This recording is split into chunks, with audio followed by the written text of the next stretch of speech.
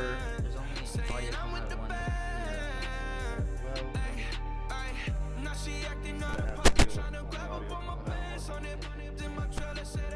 Because we are live right now, Chris. We are here on the big kickoff show. That's right. The biggest kickoff show. Cooking up kickoffs, as Paul White might say if he were here. Which, rumor has it he is. He's hanging out backstage. He's talking to his fellow superstar athletes like you do, you know? Yeah. Well, giving a lot of advice, you know? He's been on this stage. Not this exact one, but a similar stage many times before. Mm-hmm. And for many people, you know, for many of our superstars, this is the first time they're experiencing something like this. And speaking of experiencing something like this, the following our first match of the night is scheduled for one fall. Yes, Introducing first, eagle-eyed viewers will notice that because of the fact that we were only allowed to use the high school auditorium that we'll be renting out for tonight's big event for a limited amount of time, and they wouldn't let us in yet, we had to start the kickoff show out in the high school parking lot. But, you know, that's fine. The action is still real. And, you know, some would say that maybe this is going to be a bit more of a Raw type of match, you know? Absolutely. Like, there's going to be some smackdown laid on this concrete out there. That's true. And you know what, Ben? ECW. The Queen. I'm just saying, this could be the main event. Well, it will involve superstars. There's no way around that. Yes. Yeah, certainly. I mean, it kind of reminds me of like when we would do Fast and the Curious. Yeah. And you know, you just kind of like want to pump some nitro into there, you know? Just really like, yeah, just get it going. Well, Ben, this half of the mystery team, Velma, sure is ready to bring the thunder. Yes. Extreme Rules will be in play tonight, but not in this match. You know, if this show were happening just a couple days later, you'd call this one hell of a shotgun Saturday night. First, from We have a lot of fun here. And you know who's not going to have fun is anyone having to fight Shego in a parking lot, Ben. I was going to bring up that, you know, you brought up it's going to have a more raw feeling for our audience, but I think for our wrestlers in that ring tonight, like, look, Ben, like, the gnarliest fights I've ever seen in my life were in high school parking lots. This is a zone for violence. Yes. It brings out the worst in people, truly. And there's our women's Money in the Bank holder, or I guess just our Money in the Bank holder. We really only Yeah. have one. No need Only to the women specify. get it, yeah. But our Money in the Bank holder, Shego, teaming up here with an Navi. old friend, Navi. Who's, you know, had, I would describe somewhat of an identity crisis in the last year or so here at AHHW F. You know, looking for who to what's the phrase has escaped me, Ben. Isn't there a thing about like you're going to attach your something to something? Hitch your wagon? That, there you go, yeah. Navi's kind of looking for someone to hitch her wagon to, and sometimes she's nice, sometimes she's mean, but, you know, the smile, Ben, don't let it fool you. She's hitched her wagon to Shego, the mean green Money in the Bank, not catching it yet machine. Well, here we go. This is it. Like, I mean, well, all right, it's the kickoff show. Yeah, but this is the on. beginning. It's starting. This is like the big show is like starting to warm up and get underway here. Yeah, and Shego wasting no time, no warm-up necessary, charging in with a big Benoit X to Daphne. Now, Ben, the mystery team of Daphne and Velma had an incredible debut a few weeks ago. Like, instantly showing that they were going to be a fixture in the women's division, and it really made me miss the fact that our women's tag team championships were stolen from us by the Crystal Judges, because these two would be right at the top of the list to compete for it. Yeah, well, but you know, it seems like there are members of the crowd out there, if you listen, that are on the side of Shego and Navi. I mean, we're getting a chance of hey, listen out there right now. Well, you know, as much as you might question the moral integrity of our fans because of those chants, I kind of get it, because while Daphne and Velma had a really exciting first match, this is only their second time being here. Shego and Navi are mainstays that have been there since the jump. So, you know, sometimes, you know, a familiar face wins out, you know, the devil you know. Delma, fuck. Daphne making the tag to Velma, putting those heels to the arm of Shego, and taking a seat. Chris Hansen's favorite wrestling maneuver. With Shego throwing some punches back at Velma there, throwing Velma into the enemy corner.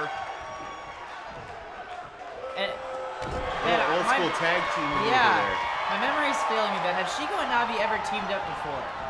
I believe so. They were in a lot of I believe matches so. together, sometimes as opponents and possibly as partners at some point as well. Chance of Velma in the chat right now. No, don't mock me. It's the big show. Not tonight. My parents are watching. It was bad enough that on the night of the big show I forgot to wear my tuxedo or my Ed Hardy shirt. I couldn't fulfill either of the two commentator genders. Yeah. Well, you know, we have to leave the people wanting more. Because That's then it'll true. just be all the better when we show up in tuxedos and cowboy hats. And We'll save that for. I might have Jesse Ventura's earring. We'll save that for like a random Thursday night, like no pay-per-view or nothing. Yeah. Then shouts out to our hardworking ring crew and production crew, because look at the. Oh wow. I was gonna make a point about how well lit this parking lot is, but I can't think about anything other than the way that Navi just snapped Velma's knee in half. Yeah, that is gonna hurt you. I don't care who you are. And Velma definitely not in a good place. Definitely gonna need to try to get over there and get that tag to Daphne. But Navi is not gonna make it easy. You know, it might not hurt Invincible like McGillicuddy then. Well, that's a legend. A legend in all senses of the word. Have y'all seen The Last Jedi? Whoa, Ben. Innovative offense from Navi, jumping up and hooking a guillotine on Velma, but Ooh. Velma not giving up. You know, for a moment there, I thought Velma was tapping out, but turns out she's just punching Navi in the ribcage, which is a better strategy for winning matches, admittedly. Word in the chat is one of our fans has Jesse Ventura's ear. Oh, the whole thing! Yeah, the whole thing. So we could use that as a prop in our show. Can we make the next, like, custom ring we order, like, Jesse Ventura's ear ring, and it's shaped like Jesse Ventura's ear? Please. Oh, what's this? Navi running headfirst into other Brian and a big single knee code breaker. You know, taking half of a page out of the champion Weird Al's playbook. Interesting. Was that page is it the bottom half or the top half? And was it ripped out, or was it just they got tired of reading? You know, I think it was probably ripped. Whoa, Velma popping up out of Daphne grabbing her from the ground with an arm drag to her own corner, but then whipping her off into her corner. And here we go. This is exactly what the mystery. Oh no, Navi able to fight out again. Daphne coming back with a clothesline. Interesting, man, that Navi was able to hit both Velma and Daphne with one blow. And I will say, I'm not going to count them out just yet. It's a little soon to tell. They've been off to a little bit of a rough start against Shego and Navi, the veterans here. But Mystery Team, not anywhere near as explosive as they were on their debut. But here we go. Big belly to belly from Velma. But where's other Brian? There he is. Distracted over there in the corner for some reason. Wow. Oh, even with the distraction, the mystery team able to get the win. Shego tried to distract Brian and give Navi a chance to kick out, but the mystery team comes out victorious here on the kickoff show of the big show, the big kickoff show right now. If you're Shego, you just gotta feel like the biggest, greenest clown. Because you really tried it. You really thought you could be lazy and stay on the apron and just cheat by distracting the referee, and it still wasn't enough. Even after, arguably, their team it was all them that whole match. They were dominating Velma and Daphne, and Shego just got careless. Well, and you gotta wonder. Actually, she didn't get careless. She tried. It just wasn't enough. Well, and you gotta wonder with Shego obviously staying out of that match for the most part, not really being in the ring too long. You have to wonder if maybe Shego, you know, with that Money in the Bank, maybe planning something later tonight. That's a very good point, Ben. Now I'm not mocking her. Now I'm just scared. But, you know, it's going to be a great night here for all of us, but I don't think it's going to be a better night for anyone other than Daphne, because she just did next to nothing and still got her half of the winner's share of the purse for that match. It's a great night to be Daphne. How much is the winner's share of the purse? $4.95. Okay. It's reasonable. Look, if you do the math, if you look through all our expenses, it checks out. But yeah, man, that was an interesting opener to the night that I don't think went the way anyone expected. It was, you know, maybe I'm wrong about the parking lot brawl. Maybe maybe, you know, they can restrain themselves. What is, are the fans fighting in the parking lot now? What, you see that? Hard to say. Anyway, you know, if you're the mystery team, Yeah. you gotta think quite a bit about what's next, you know? Now that they have had 2 successful matches, and now on the almost biggest stage of them all, the parking lot before the big show, you know, the sky's the limit. We're gonna see what's gonna come for them next, but yeah, Navi's probably real upset, huh? With, I would assume so. Yeah, I don't think Navi's taking this laying down.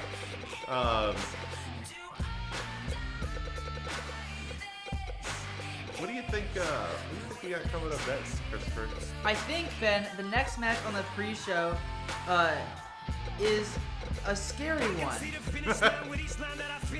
Like, the scariest. Because Android 17 will have to fight for his very life and freedom as he knows it. It'll be him against Todd Howard and his former brother turned video game Skyrim 16. The stipulation here, Ben, being that if Android 17 wins tonight, 16 will be freed from his Bethesda prison and go back to his life as a regular android that loves birds and stuff. But if Todd Howard and Skyrim 16, if Todd Howard and Skyrim 16 win, though, however, Ben, Todd Howard will achieve his original disgusting goal of porting Skyrim to Android 17. Can you imagine, Ben, an AHHW F landscape where Todd Howard has control of 2 androids turned into walking Skyrim copies? I don't want to imagine that. I don't either, but look, someone's got to do it. This is a very real possibility coming out of this big kickoff show. Ben, Android 17 is going to walk out into this parking lot not knowing if he'll leave again of his own volition. Yeah, that's the darkest timeline right there, isn't it? And he is no stranger to dark timelines, but I think this is the worst of the worst.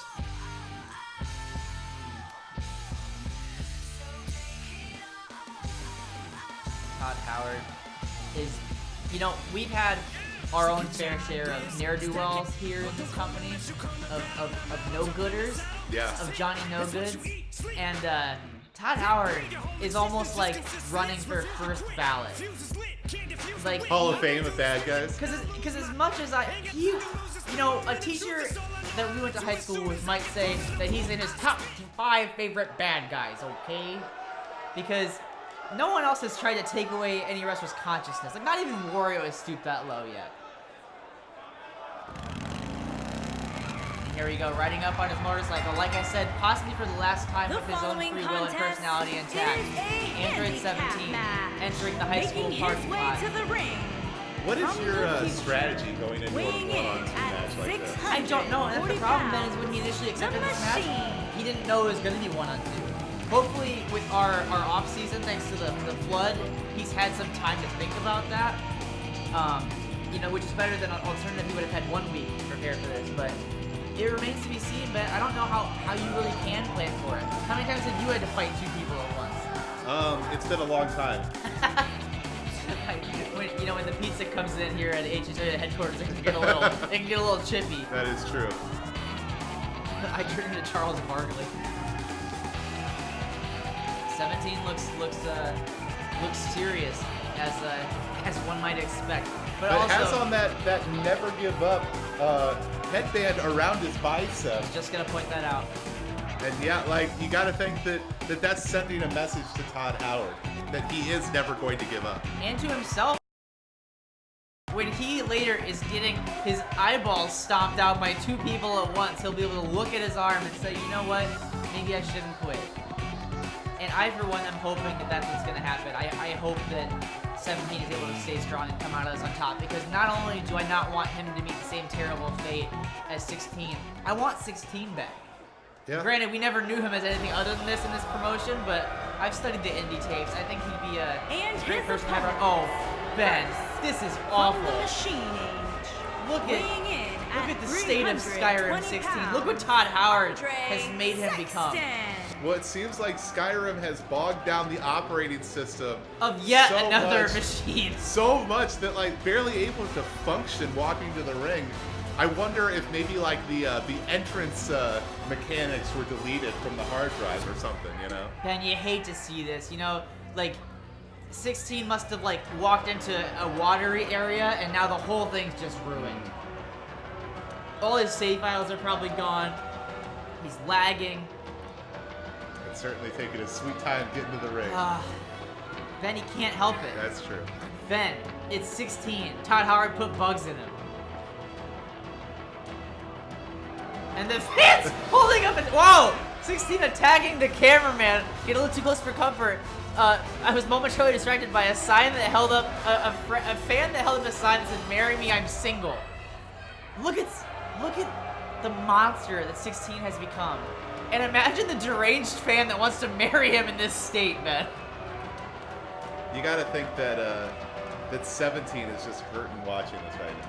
Yeah, if you had to watch your sibling, your family, or even a close personal friend, even an acquaintance, honestly. yeah, I wouldn't want to see the stranger moving around like this. I'd be concerned.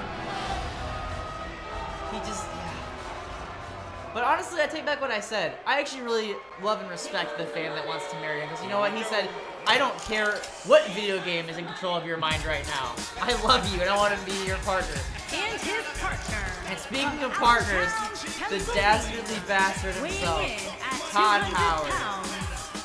As usual, making us all bear witness to his unfortunate Kiefer Sutherland brewed Metal Gear Solid crossover attire with a big duster and a vampiric necklace and chest hair and sunglasses and the Hot Topic belt. Ben, it never gets any easier to look at, just like Todd Howard's smug face, knowing what he's done to 16 and what he plans to do to 17. And Ben, who knows, if he gets his way here, he might not ever stop.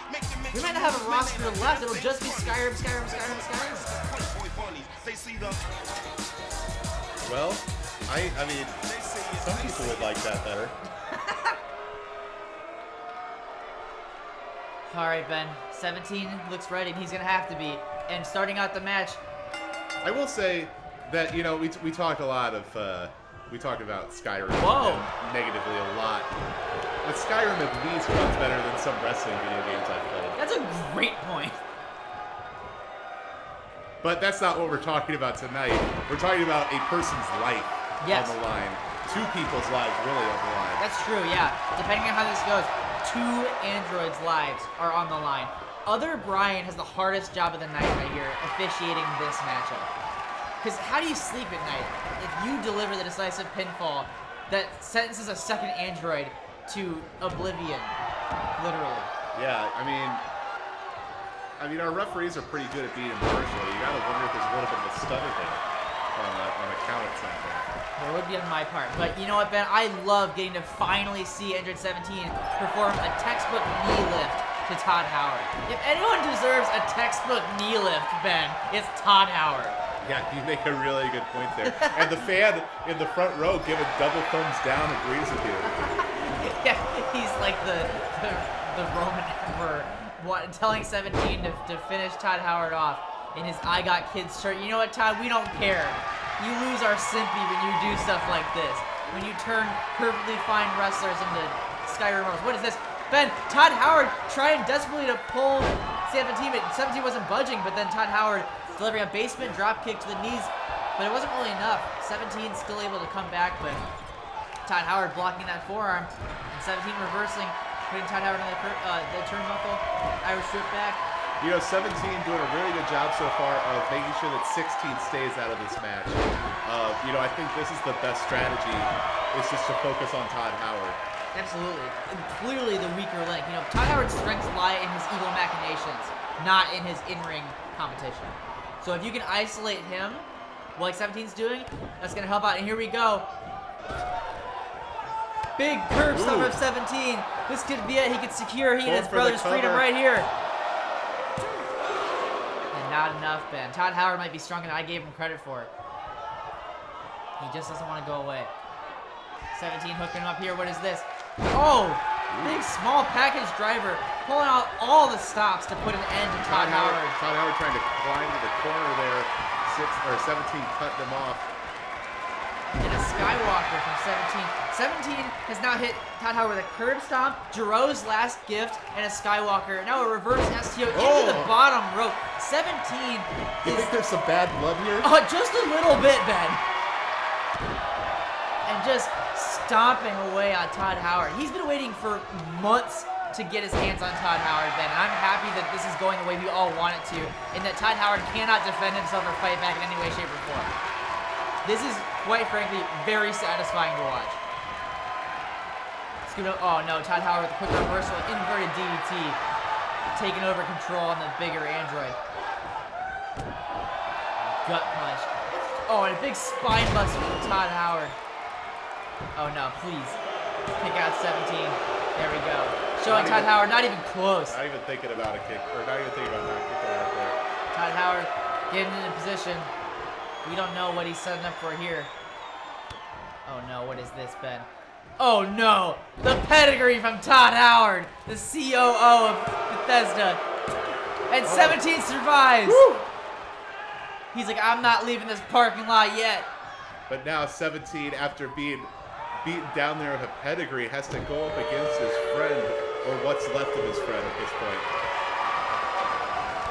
He knows what has to be done, though. Big boot to the face to push him off, create space, followed up by a flying knee. Here you go, Ben. Same movie attempt on Todd Howard. Drop it 16, throw it first on the top rope. And the fans getting behind him. You know, they know how hard it is for 17 to fight his brother, his friend, but they know it's got to happen. I mean, you have to beat your brother to save your brother in this situation. You know? I think all families have encountered a situation like that. Just this past Easter, Ben, my brother was also being held hostage by a corrupt video game owner, and like I had to just like knock him silly to get him out of there. More common than you think. Yeah. Ben, look at Todd Howard, like looking worse for wear on the apron there. Oh wow. Large judo throw from 16. Picked up some new moves in his arsenal when he became a video game. It's only a miracle, Ben, that oh, there we go. Skyrim 16 charging into the corner. 17 dodging and taking advantage, knocking him over the top into the floor. 17 popping over the top rope. Summoning 16 to his feet. What is this, Ben? He's gonna fly. A big diving, big diving axe handle. You know, only the most vicious of top rope moves are performed in high school parking lots, Ben. I have seen some nasty fights where top rope diving axe handles were used outside Central. Oh, big boot from 16, taking 17 down to the floor.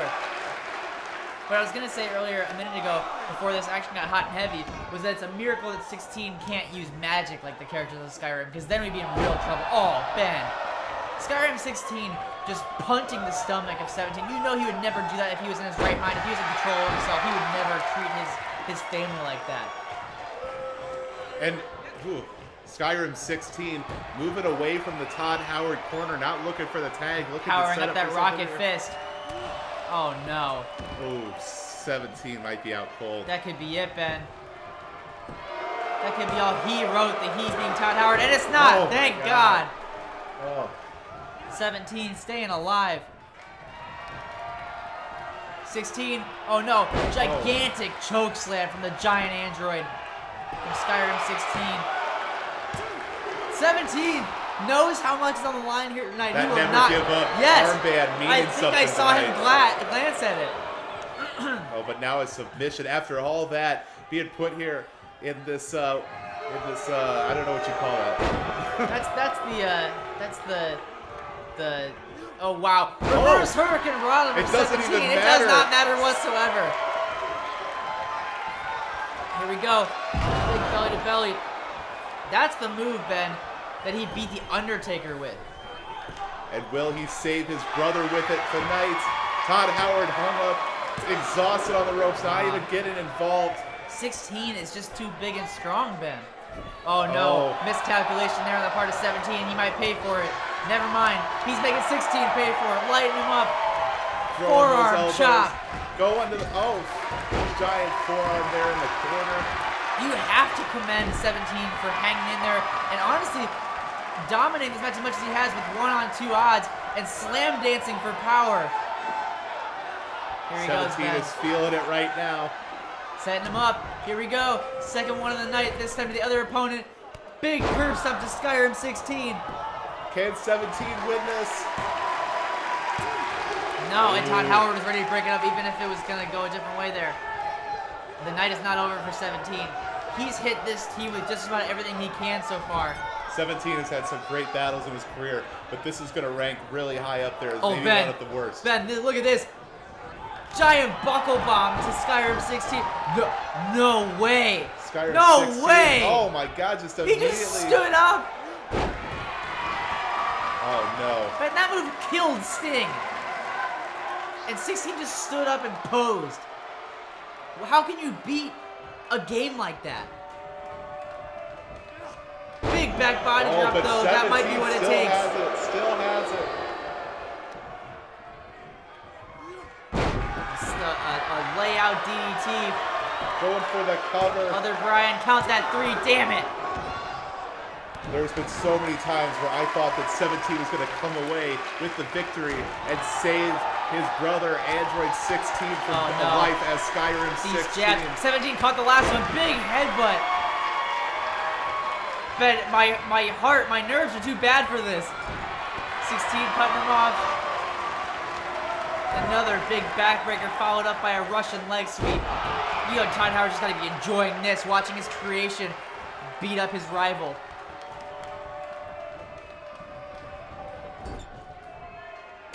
There we go. 17 fighting back.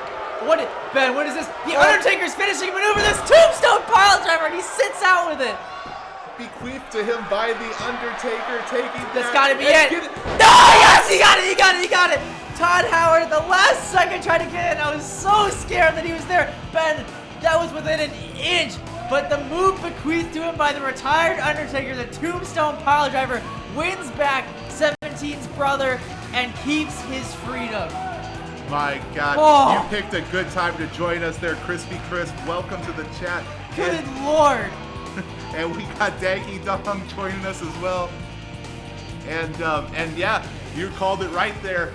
Skyrim 16 is no Here is more. your winner. It is back to Android 16. Android 17 has saved his brother by beating his brother. I could cry tears of brotherly joy. What a match, Ben. That was, I mean, this is what the big show's all about. They're opening up the doors right now, and they're going to let us inside. We are going to switch over here really quick.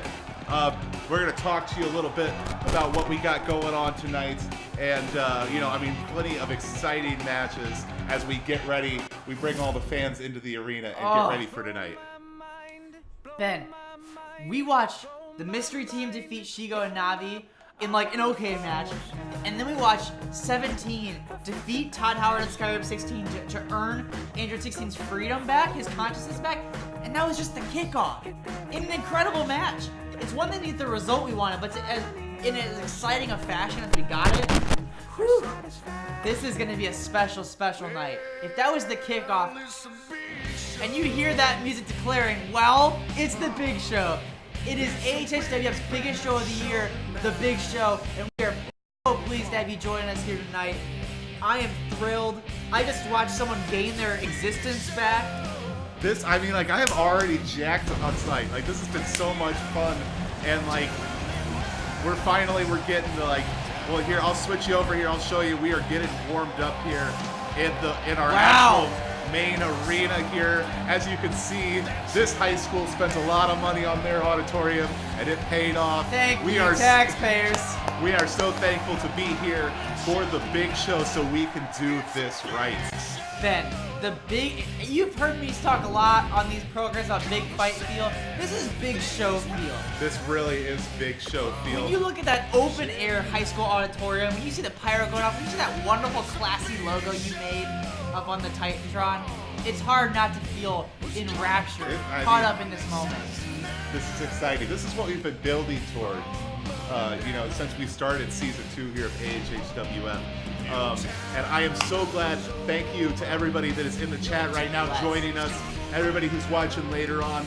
You are in for a real treat tonight. Chris and I are so excited for these matches, and we think that you're going to really enjoy them as well. This is my reason to live.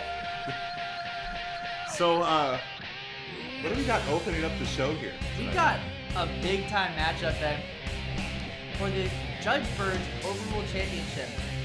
Our longest named title in AHHW F. Got me there. We are having a 6-man battle royale for the championship. The champion Luigi is defending against every former Judge Burge champion and the winner of the Patreon pick. And we don't know who that is yet. So we're going to find out when that entrance begins. Yeah. But, you know, whoever you voted for on our Patreon, our subscribers, we appreciate you, and your voices were heard. Someone's going to be in that match with all his former champions, and they might come away as the new Judge Burge champion. This might be one of the hardest championship matches you can be in. When you are facing off against not one, not two, but a whole bunch. I thought we were doing the LeBron, like, heat. Not there we go. three, There we go. but a minimum 13 incredible former champions. Yeah, so, and to rattle off the who's who of this match, you have the champion Luigi, Sonic, the first ever Judge Burge Overruled champion, the Beast, who's back on his winning ways a little bit after a big losing streak, Mario, Luigi's brother, Trunks, the current #1 contender as well to the men's heavyweight championship, and whoever wins the Patreon pick. That is a... This is a part of this music that I've never heard before. It is time for the big show.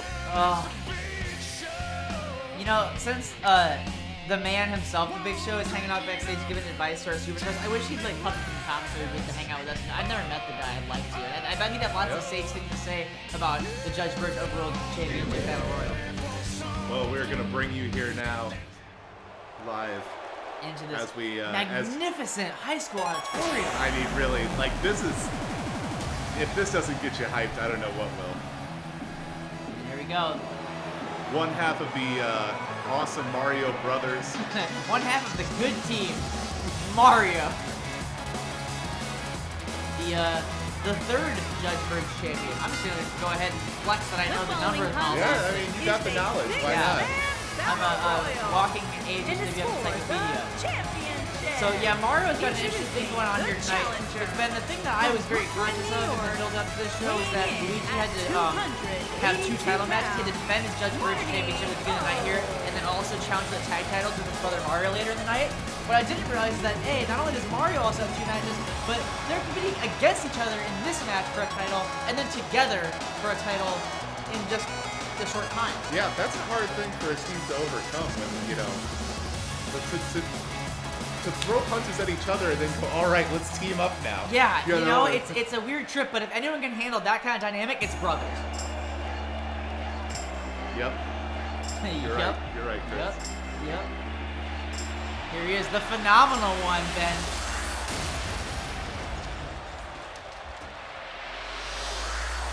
Sonic I like the that he Hedgehog. scratches his head before his music drops. That's truly how you show your opponent they should be worried.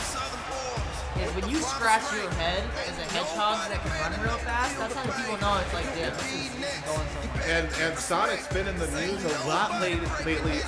Exciting that there is going to be a movie based on Sonic's life coming out here pretty soon. You know, and that's got to be motivating when you're coming back to the ring for only the second time in about a year. Because you'll recall after losing the Judge Burge Championship to the Beast, he was absent from this show for a year. And then he made his return like 2 weeks ago in a special preview match for this, a Judge Burge Championship rewind, where he got a measure of revenge, and I believe he beat the Beast in their rematch. So he's riding high, he's got a movie coming out based on his life, he's back in AHHWF, and he beat the guy that took this title from him last year. So, you know, he's pretty well squared to become a 2-time Judge Burge champion. And that would definitely be one way to really make your return to AHHWF mean something. Absolutely. There's never been a 2-time Judge Burge champion. And here comes the man and the monster that beat Sonic to begin with. The second ever champion. The Beast. I And this entrance just hits a little different at the big show, doesn't it? It's always And glorious, introducing the challenger from Asgard, weighing in at 640 pounds, the Beast.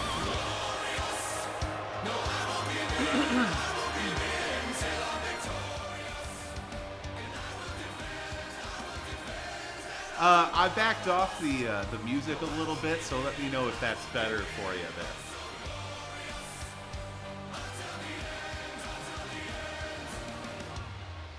So, I know we still have a couple people yet to come out. We still don't even know who our Patreon pick is yet. Yeah, that But can do be you a have game any- changer. But in the entrances already, do you have a favorite that's sticking out to you? I don't know. I think of everyone in this match, the Beast has the most to prove, and we've seen that at his worst and at his most desperate, he can be very dangerous. So I might go with the Beast. I also think he'll have the size advantage of everyone in this ring tonight, so that doesn't hurt either. Yeah, traditionally, the Judge Burge champion, a little more of a smaller, more nimble type of superstar. Beast is the largest person to have won this belt. Ben, something just occurred to me that I hadn't considered till just now.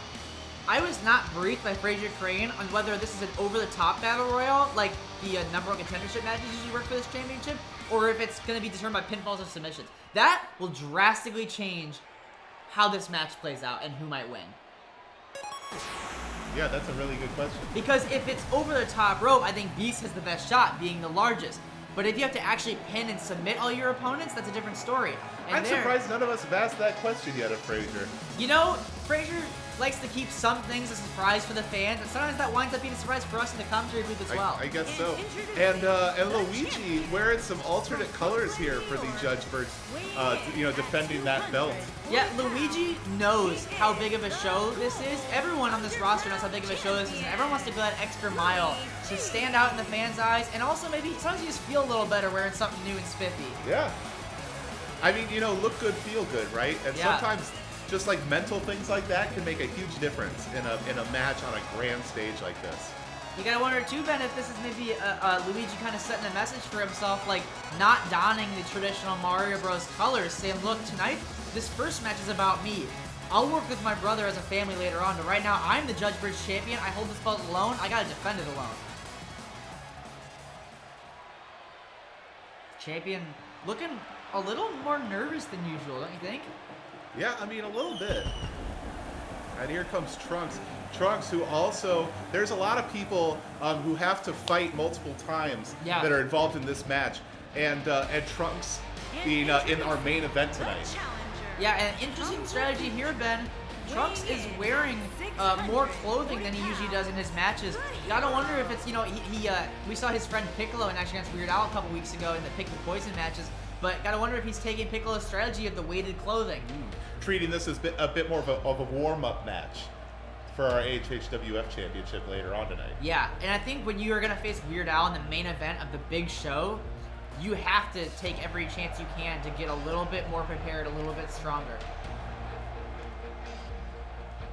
And interestingly enough, wait, Ben, is this the Patreon pick about to enter? Who's it gonna be? It's the legend himself, Mermaid Man. The inventor of the DDT and a favorite in the hearts of many, the Mermaid Man could hold the Judge Burge Overruled Championship for the first time ever when things are all said and done tonight. One of the few championships that Mermaid Man has not held in the wrestling world. In his entire decade-spanning career, he's never held the Judge Burge Championship. And I know it would mean a lot to him to come back at this age of 357 and add it to his mantle. Bikini Bottom Zone, living legend, has been selected by you, the people of Patreon, to defend the fans' honor and represent their best interests in this very important, big-time matchup. Yeah. I mean, he could be like, there's a great history of people taking up the moniker of the People's Champ. He could be the Patreon champ when it's all said and done tonight. I love that a lot. And here we go, Ben, and all of you. the Judge Burge Championship on the line. All the former champions in the ring with the current one and the Patreon pick. Mario is already gone, Ben. That answers our question about how this match is going to play out. It is over the top rope rules, and Mario did not get a chance to do a damn thing before the Beast said, get out of my ring. And that actually is fitting because Mario is the one that beat the Beast for this championship many moons ago. Yeah. So Beast, like, that's a good strategy, like, for your own, like, mental health and well-being. Is like, all right, the guy that beat me for this title once before, I'm getting rid of him right away. That'll make me feel good. It'll take away the biggest threat to me. And now there's one less person vying for this title in there with me. Yeah, Beast has had a lot of ups and downs here over this year, and obviously looking to get every advantage they possibly can in this match so they can reclaim gold. Taking no chances, Ben. Or reclaim purple in this case. Ben, the Beast, he's making me look good for picking him. The Beast just DDT'd Mermaid Man. Trunks gone! Mermaid Man slick! Well, now Luigi, the only one left who's doing double duty tonight. Look at the wily veteran Mermaid Man. Luigi needs to survive this match to keep his title. This is not normally the way this belt is defended. No. This is an entirely different scenario for the champion.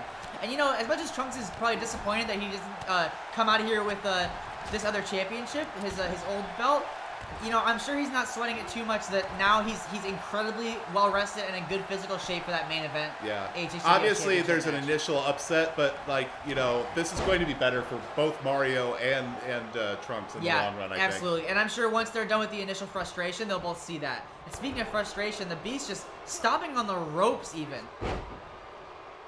As he avoids the crossbody from Mermaid Man. Oh, Luigi Sonic. just hanging on. Sonic looking to get the champ out of there.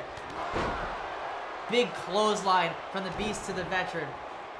Sonic and Luigi coming from rival gyms. Yeah. But, you know, I don't know, is it better to have that emotion to really, like, push it? Or is it better to be focused and not, like, Luigi could easily get distracted with Sonic here and not realize what's going on with Beast and Mermaid Man. Absolutely. And wow. We are coming away with Luigi is guaranteed. eliminated. Oh, that was so close, but I was so scared Mermaid Man was going over that top rope from the Beast's powerbomb, but instead he just had the unfortunate landing of his back, neck, and head landing on that top rope. And this is an old school AHHW F matchup right here. Sonic versus the Beast. Yeah, and where it all legend started, Mermaid really. Man in the ring. Actually, the only other time this belt has been decided by an over-the-top rope battle royal was the very first night it debuted, and Sonic won it. Yeah. So maybe I should have factored that in when I was making my picks. He's the only one that's won the title in this kind of match. Also, Mermaid Man and Sonic making a smart move, teaming up on the Beast, and Mermaid Man gets him out of there. And now we have Sonic versus the Mermaid Man. Beast has been eliminated. Is the legend going to go home with the belt, or is the first Judge Burge Overruled Champion going to reclaim that title? Oh, Ben, what's going to happen here? They're struggling. Sonic trying desperately to hold on. Here you don't want to go fast because you'll go over that top rope. There you go. Sonic holding on. Those slippers trying to push the blue blur out. Sonic fighting back, able to roll back into the ring. Oh no, Mermaid catching him with a snapmare. He's trying to make all the fans that voted for him proud. It's age versus speed here tonight in this auditorium. Oh, big, almost like a Cobra clutch backbreaker. That's not going to do well for an elderly opponent. What is this, Ben? Oh, Sonic's setting up. Oh. The Sonic Clash. Ben, when you're that old, you can't just be taking Sonic Clashes willy-nilly. And now Mermaid Man is, oh, wait. Wait, breaking out. Running on instinct right now. That is that veteran instinct that is kicking in and able to hold his own against Sonic. Scooping the youngster up. Ben's gonna do, oh no, I thought he was gonna throw him out. Sonic chop block, taking down the old established oak tree. Oh, he hangs on, he hangs on. The fans in the chat cheering for Ocean Man and Mermaider and all sorts of stuff. Oh, a big boot from Sonic out of the corner, taking advantage. Sends Mermaid Man off the ropes, catches him, twisting under, swinging neck breaker. Sonic knows he's gonna have to whittle down Mermaid Man before he can eliminate him. Ooh. Big, phenomenal knee. Ben, this is tense, as Anakin Skywalker would say. Wow! Dropping that neck on the knee right there. Sonic Well, what is this? Mermaid Man showing like just like 17, showing that never give up attitude. I was gonna point out Sonic pulling out all these newfangled deadly moves, and Mermaid Man going old school. It's just like, I'm gonna headbutt you in your skull. Oh, another no. Sonic clash. No, I don't know how anyone can fight You know, back if from this that. was a match that was going for a pin, that would have ended it both those times. But, you know, I think in the time that it takes to get Mermaid Man up, that's what's being the difference right here. But, Mermaid Man eliminated Sonic. Beat our first two-time Judge Burge Overruled Champion. The first Judge Burge champion, and now the first two-time champion. Sonic adding to his list of career accolades here tonight in the first match of the big show. Sonic is back in AHHWF and has sent a message. Bring on all comers. Like, let's make this happen, you know? Yeah, Hollywood Sonic here back to stay. And is this foreshadowing for the other big Hollywood title matchup later tonight? Maybe this is good tidings for Charlize Theron, challenging for her first championship. Yeah, that is here. true. Hollywood Charlize Theron. Here is your winner and new. You know, Ben, I think all of us were maybe a little bit bummed to see the Patreon champ eliminated that way. But I am happy for Sonic, and I have no doubt that he's going to be a great second-time Judge Burge Overruled Champion here in AHHW. Well, and honestly, at his age, it was incredible that Mermaid Man was able to hang in there as long as he did. He withstood so many devastating maneuvers from the new champ, and also outlasted everyone else many, many times his junior.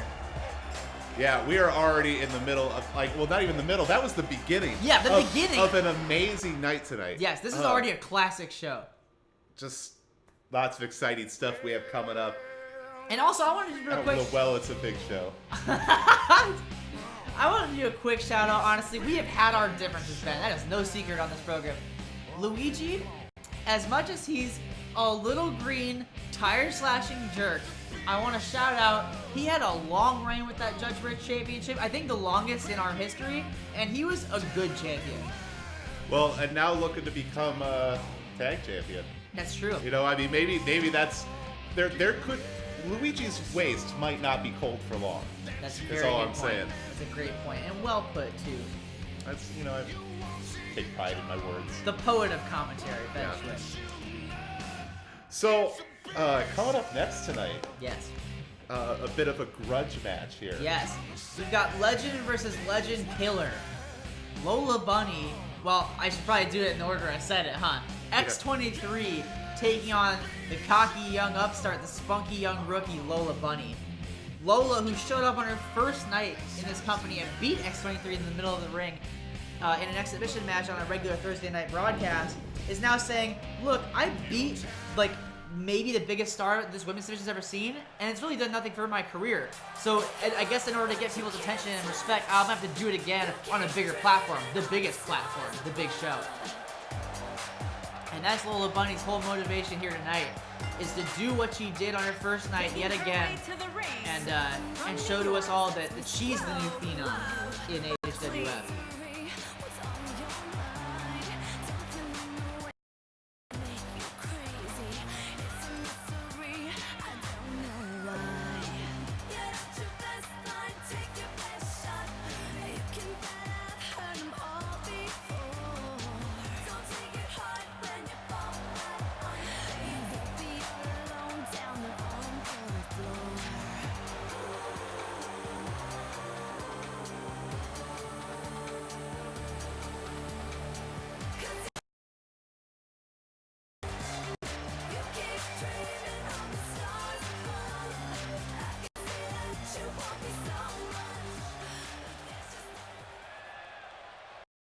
Alright, Ben, one of the most iconic entrances in all of AHHWF. We're about to see it for the first time on the grandest stage of them all. Oh, Ben, Lola look Bunny at this. standing in the ring there. Oh, this is that shot, Ben. These camera guys are great.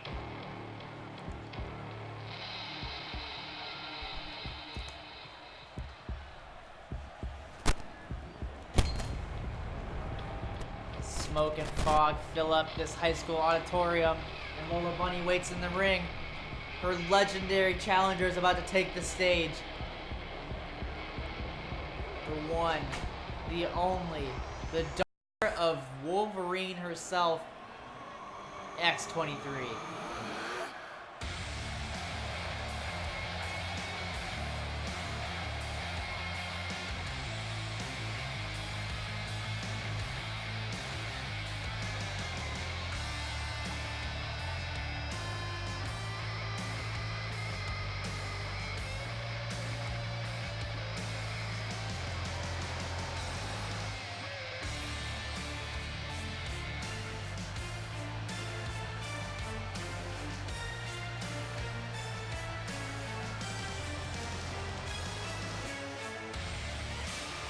And I'm just speechless watching this happen in this arena with this many fans packed in to watch our biggest show of the year and to see one of the great, actually I'm going to go ahead and say it, the greatest women's champion we've ever had, X23, making her entrance tonight with a new maskless look. And Ben, if you'll allow me to go English class on this, I'm going to read into that symbolically. I wish you would. I think that X23 is trying to send a little message to Lola Bunny. Is like, you wanted to make this a little more personal, and you're going to get personal. That mask is coming off. That one last barrier between the two of us is coming down, and you're going to have to look me in my face as you try to ruin my legacy and try to beat me at the big show. And you know, like, X23 might not be where she thought she'd be at this time of year.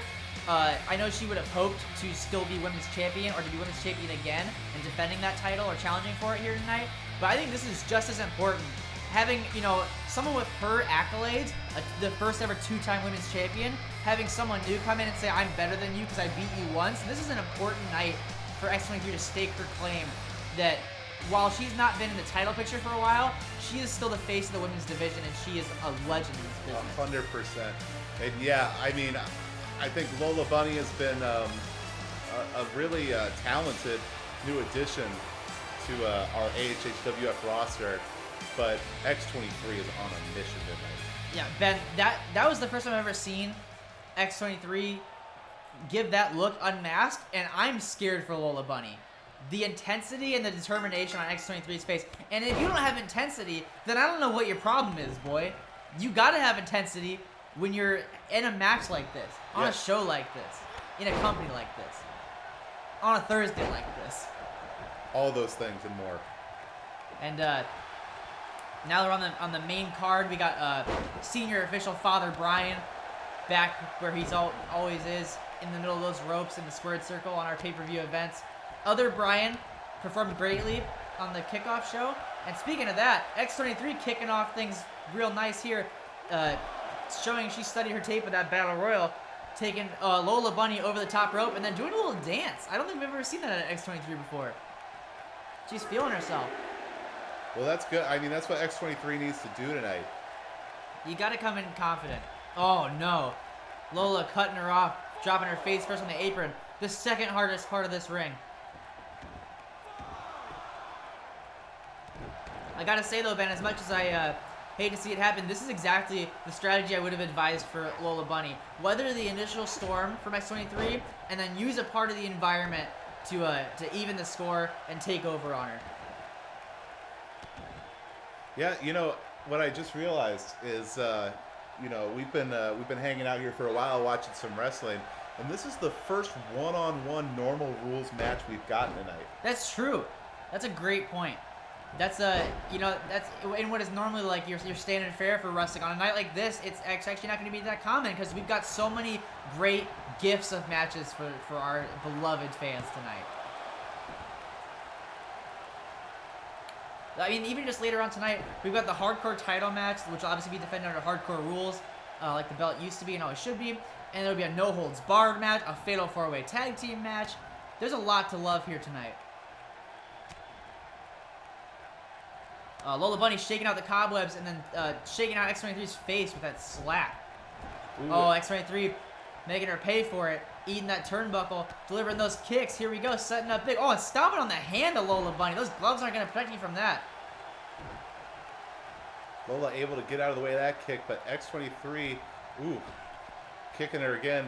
And now throwing onto the middle rope here. What's X going to do? X is going to give it to you. There you go. And give it to her, indeed she did.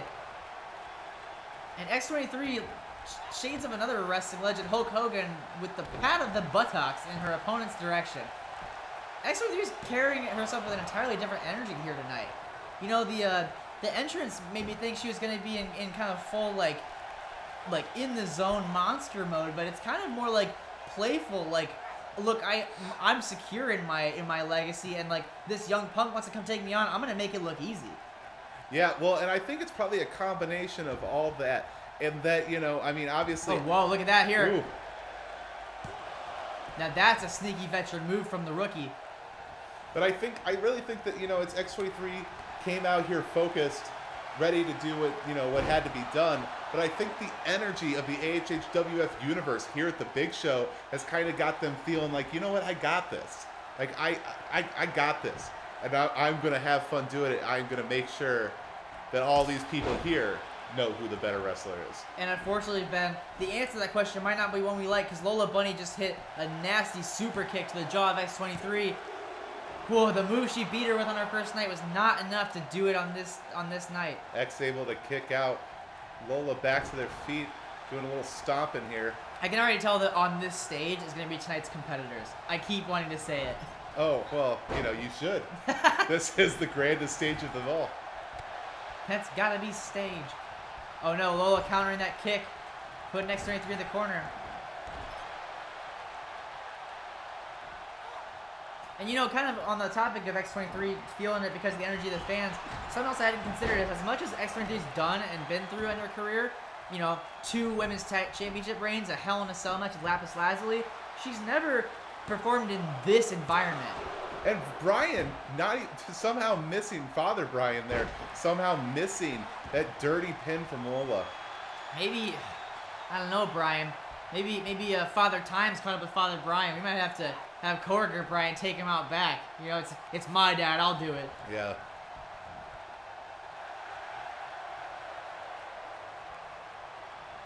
X23 here. Oof. Delivering a scoop slam to Lola Bunny, but with the arm tucked away behind her back and a hammer lock so that Lola Bunny lands on her own arm with her body weight. X23 making sure to punish Lola Bunny in some unique ways here tonight to kind of show her what she's really up against. You know, like Lola Bunny's only had a handful of matches, and she's saying, you don't even know all the ways that I can hurt you.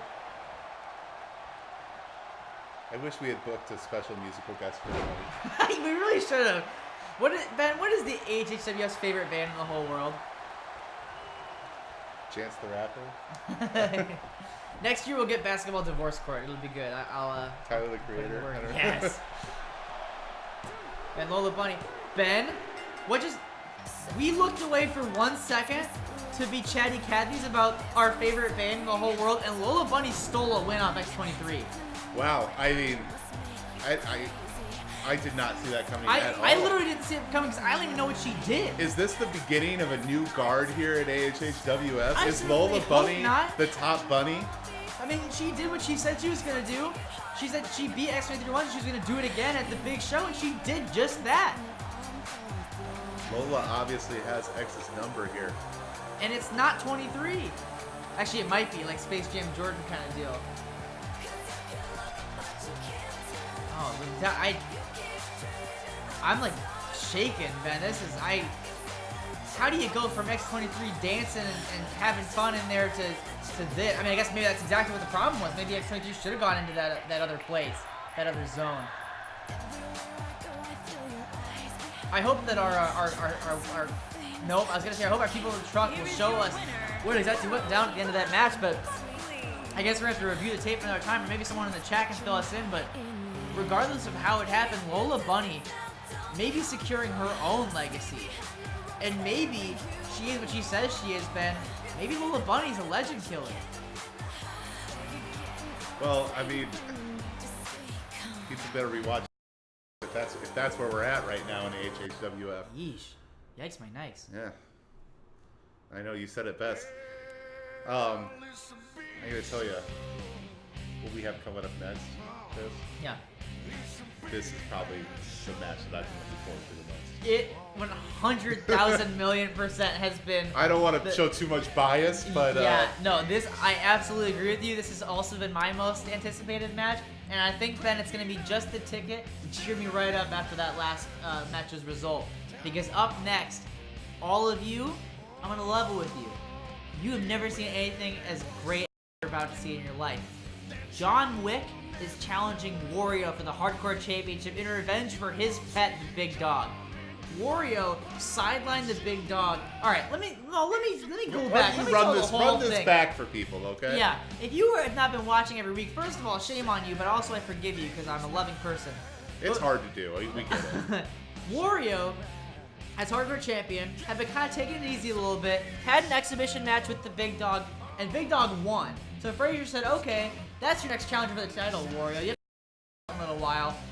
That's who you're going to defend against. So then Wario attacks the Big Dog backstage to prevent himself from having to defend the title against him, and injures him. Puts the dog on the sideline. Sends him to the vet. But then little did he know that that pet has friends in high places, or low places if you go with the whole boogeyman theory. Because Big Dog, fun fact, owned by John Wick, the greatest assassin we've ever seen. Yeah. And John Wick showed up here 2 weeks ago to interrupt Wario. What was supposed to be an easy night off for Wario defending the Hardcore Championship against his pal Waluigi, who was just going to lay down for him. While Wario was making his entrance, John Wick showed up and attacked him from behind with a Singapore cane, letting Wario know, look, we're going to have a match, and I'm going to get revenge for my dog. I'm going to take your title. I'm going to do it by beating the hell out of you with sticks. So I cannot wait to see this. And let's bring them out right now. 'Cause I gotta tell you, Chris, I'm pretty sure this is gonna be an excellent match. I have no doubt. We saw excellent action, even just the brawl they had after John Wick's debut. The following contest. I just hope that we're not about to go on a bogus journey. So, you know. I And it's feel you. for the Rated R Hardcore Championship. And, you know, this is no knock on John Wick, but this is gonna be a tough match for anybody. Wario has managed to keep the title through all odds so far. Here he comes, the boogeyman himself. Oh, there he goes, showing off that prowess with the guns. Hopefully promising Wario what his fate's gonna be later tonight.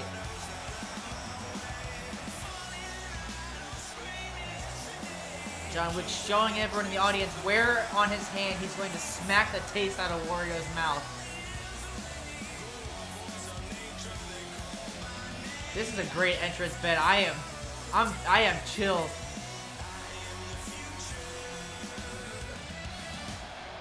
John Wick is here for his very first match in AHHW F, and it's at the big show. He's the only person on this show who it's his debut, and this is huge.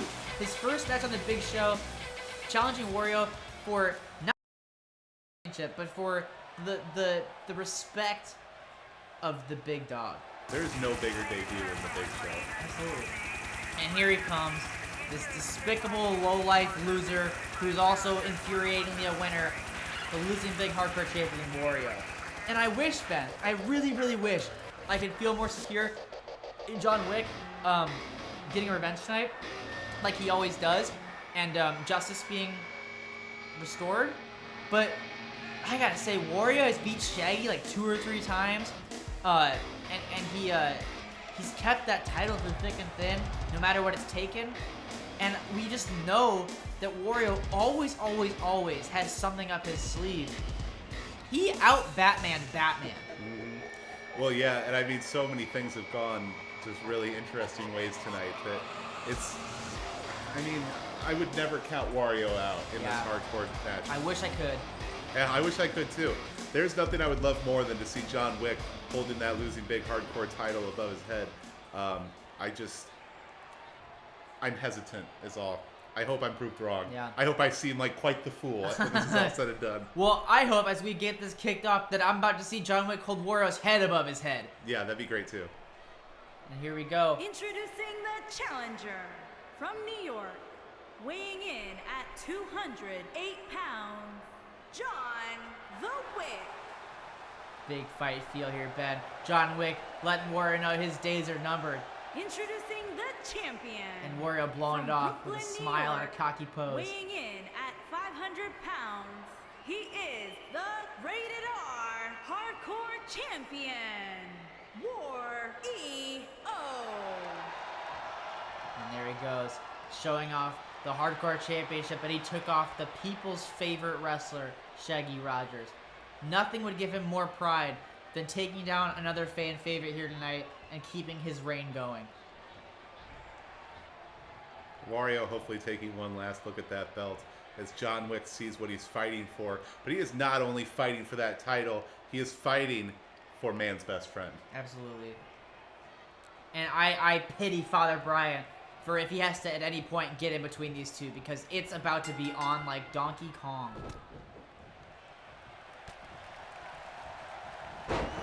Unconventional, you know, the punch to the gut from John Wick was a conventional start to a hardcore match.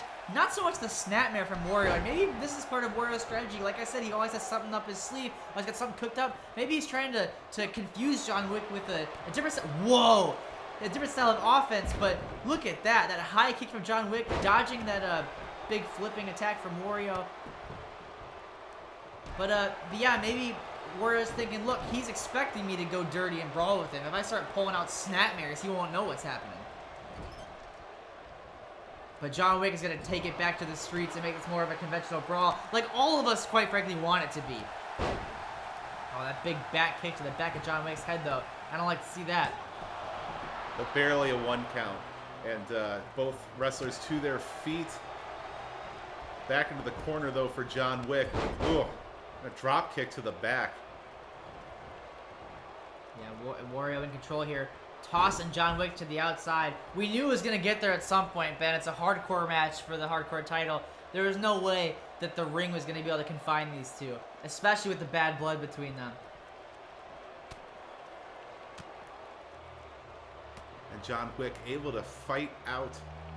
You know, TNT in the chat saying Wario more like Wario. I wish I could agree, but unfortunately, I'm so heavily invested in every match this guy has that I'm never bored, because I so desperately want him to get what's coming to him finally and lose that championship. A lot of kicks coming from John Wick. Maybe not the offense we were necessarily expecting, but you know, it seems to be working okay so far. And look at this, Ben. Wow. Oh, showing a little technical wrestling ability there. And whoever trained John Wick in the art of assassinry taught him a million ways to damage and destroy the joints of his opponents. But Ben, that was the biggest mistake Wario has made since hurting the big dog, was slapping John Wick in the face, because now he is lighting him up. And now just a back and forth of blows going on here. Oh, wow. You know, we're no strangers to having, seeing our opponents, or our competitors throw their faces into the apron, but I've never seen it take quite so much damage out of an opponent like it just did with John Wario Wick there. taunting the AHHW F universe going, "Is this your king?" He's so miserable. I hate him so much. John Wick getting Wario back inside that squared circle. Despite the hardcore rules, that is where the deciding fall is going to have to take place. Knee lift from Wario. John Wick already looking a little bit worse for wear, trying to crawl up using the ropes for assistance, but kicks out. Was that 1 or even before 1? John Wick's definitely got a lot of resiliency going on right now. And, oh! What the? Ben, look oh, at what just happened! John Wick! Like a blur. I love this man. Look at him. He's a little confused. That wasn't enough. You know, on your routine John Wick hit job, that would take any target out. Man, just like Song 2, that was definitely a blur. Oh no, John Wick was setting up for something big there, but Wario had it scouted and is now locked in a single leg those grab. ropes right there. Yeah, you're so close. You gotta get. Oh wait, it's a hardcore rules match. The rope breaks won't help him. Oh God, this is why I need you. He had to find another way out. Oh, the rear window. When they fought last, John Wick had a counter for that, catching him with the backbreaker, but this time wasn't ready for it. Luckily, able to kick out the Wario. That was the longest John Wick took to kick out so far, though. Yeah, that honestly might be the most dangerous we've ever seen John Wick in. And Wario strutting and taunting over his prone body, knocking him right back to the mat with a clothesline. And another one. I do not like this head of steam Wario's gathered up.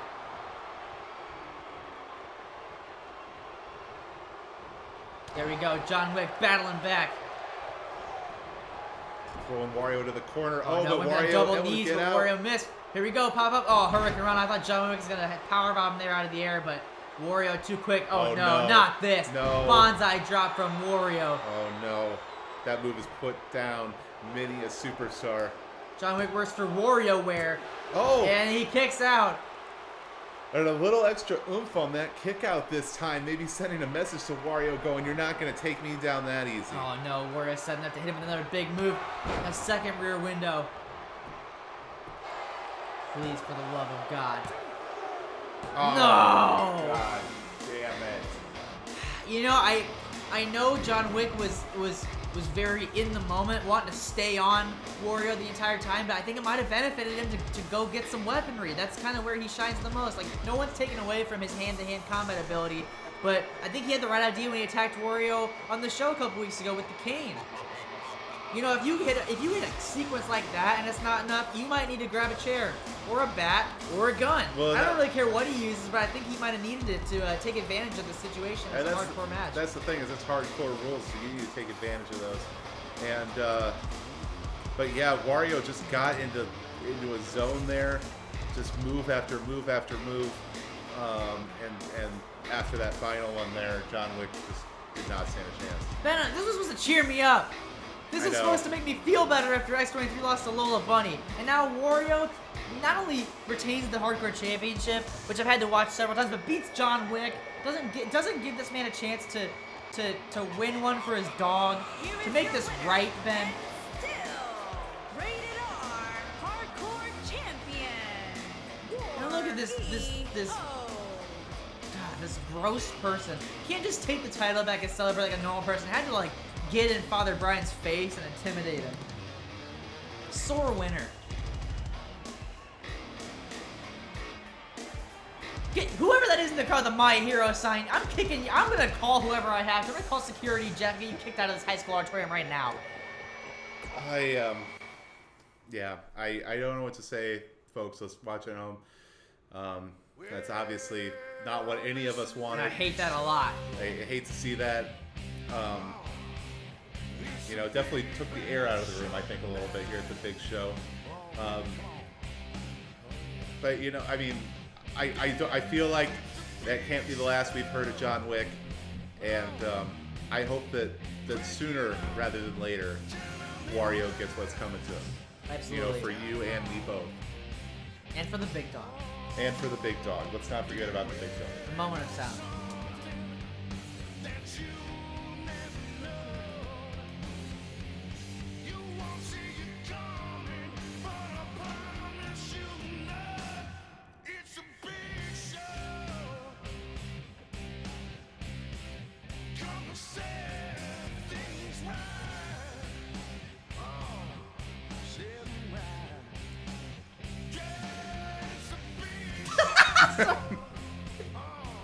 All right. You know, some of the sad things happen, like the big dog being injured. You.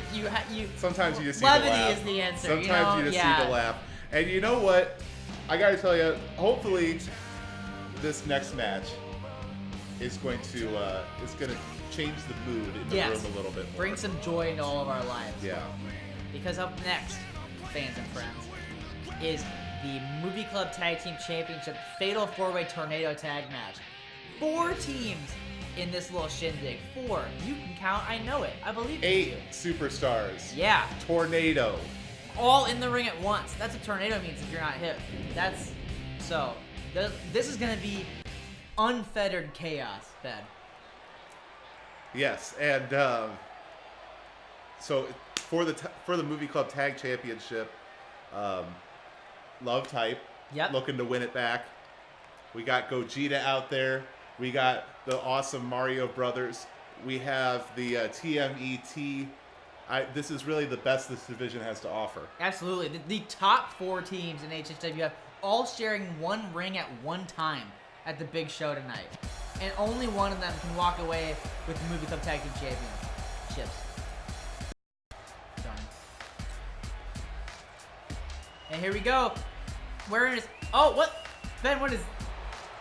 Looks like there might have been a wardrobe malfunction, a little bit of a a miscommunication in the planning of the Mario Bros attire.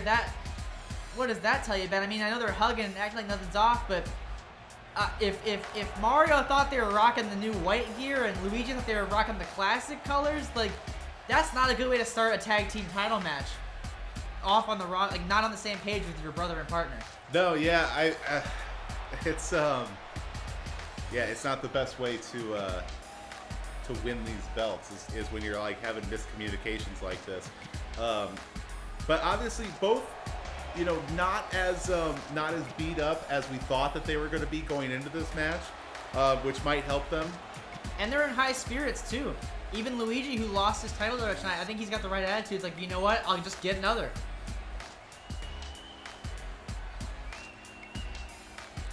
And this is the team in the ring with the most experience as well. That's gotta make them feel good.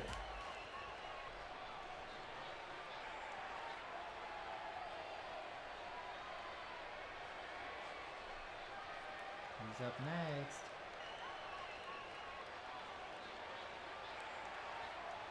Carol, send out the next team! Carol! I don't care, tell them they gotta go now! The Mario Bros are waiting! Oh, there we go. Hi! It's Love Type Connection. Yeah, one of the, actually probably the most popular tag team here at AHHW. Without a doubt. Their love is the greatest love that we have ever known. And the fans feel that too, you know? Yeah, Love Type Connection, the former champions, showing up here with good attitude, smiles on their faces, ready to not just entertain the people, but win back their beloved Movie Club Tag Team Championships. And yeah, Ben, I think they're without a doubt the most popular tag team in AHHW F, and also maybe the best tag team. Despite not being the current champions, I still kind of think they might be the GOATs. I'd be inclined to agree with you on that. Gogeta will have to kind of match their run if they're going to prove that they're the new GOATs in town. Carol! It's a long show, Carol. Let's get it going. I know the high school hallways get confusing, but the auditorium's right over here. It's very large with an open ceiling. What is... Oh, no. Oh, good God, Ben. As if they couldn't get scarier. TMET with their big show look on right now. They, unlike the Mario Bros, they knew exactly what time it was. They knew exactly what to wear. And they're striking fear into the hearts of the AHHWF universe in whole new ways tonight. Still carrying the ashes of Master Splinter, but this time in, like, full-on Mortal Kombat ninja gear with cloaks to obscure their faceless visages. And Ben, this is another interesting point about this entrance here. Not only are they rocking terrifying new attire, but this is a particular combination we haven't seen before, Ben. It's Leonardo and Raphael, the leader and the berserker. Yeah, definitely. Raphael has shown that definitely an unknown quantity, a wild card when it comes to TMET. And I think maybe that's like the move that Leonardo's making, going, you know what? Like, you've seen some other combinations here, but you're not prepared for this. This might be the deadliest iteration of the Teenage Mutant Eldritch Turtles that we've seen yet. These two gods out of the four are, I think, a very scary combination, because Leonardo, the leader, and you know, the one that Goku kind of went to when all this is happening, but Raphael, the one that started all this by attacking Goku backstage. And here we go, the final team to enter, the champions, the reason for this occasion with all these teams trying to get involved to get a shot. This is who they want that shot at. Movie Club Tag Team Champions, Goku and Vegeta, Gogeta. Carol? Play their music, Carol. Get it together. Don't make us sit out here with these scary turtle gods for any longer than we have to. If you don't set out their opponents, they're going to get bored and turn on us. Here we go. Thanks, Carol. Oh, whoa. So I'm just getting word here, Chris, that I want to pass on to you, that apparently Gogeta, as a strategy of when Saiyans fight, they get stronger, they chose to battle each other backstage before coming out here tonight.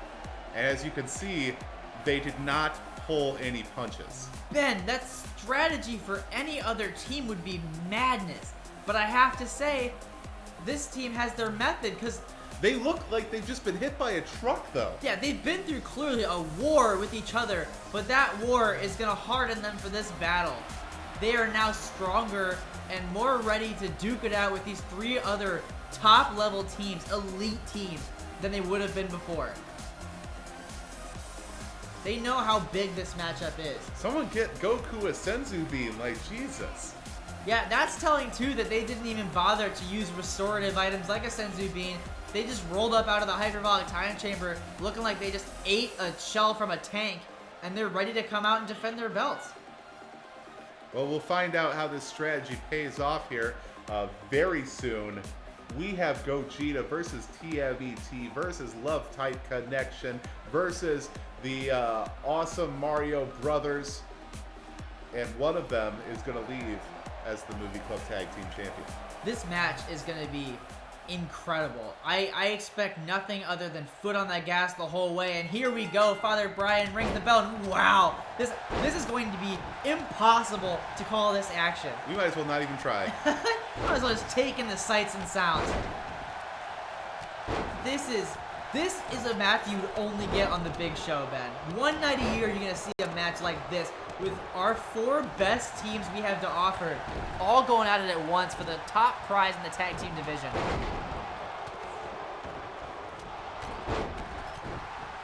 I want to send out a call to everyone in the chat to let us know who they got. Yeah, I'm trying to see like who's currently on top, but it's really hard to tell with all the action going on. You know, hopefully as things start to spread out a little bit more, we'll be able to get a better idea of what's going on. Luigi But and as- Leonardo separated and going to the floor. Vegeta and Mario throwing punches at each other. We got Squirtle and Raphael, Goku and Charmander. That's an interesting matchup because Goku and Charmander were teammates 2 weeks ago. Oh, and Goku giving Charmander a second to roll out of the ring.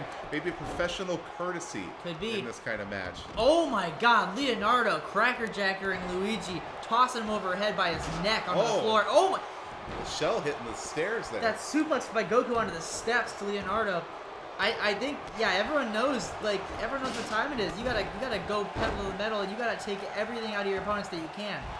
Give them nothing, but take from them everything. So you asked the chat who they got. I gotta tell you, I think that this is a great opportunity for Love Type to regain those belts. You think so? Yeah. That's personally who I'm going with. I'm gonna root for Love Type in this one. I think obviously, like we mentioned earlier, we have 4 of the best tag teams in AHHWF in the ring right now. And any of them are deserving of being champion. But I think that Love Type really is the next step above the rest of these. Like, maybe they're not the best singles competitors in the world, but when they work together, they are unstoppable. And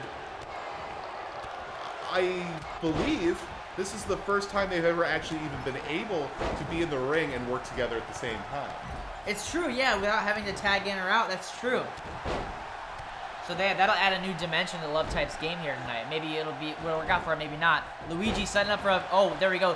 Leonardo maybe inadvertently saving Goku from a TNT powerbomb. in the chat saying, I think Squirtle and Charmander kick butt at the box office, and they kick butt in this match. There you go.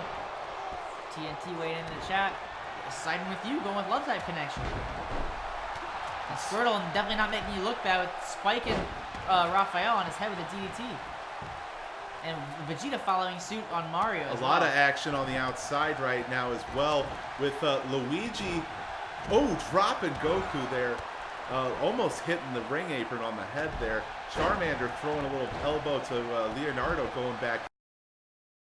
Goku on their own on that side of the ring. Raphael rolling out to the outside. Squirtle looking to team up with Charmander here for going to the outside. You know, an interesting thing, I didn't even really think about it. But there is, I mean, like, everything goes in this match. That's true. Yeah, there are no rules.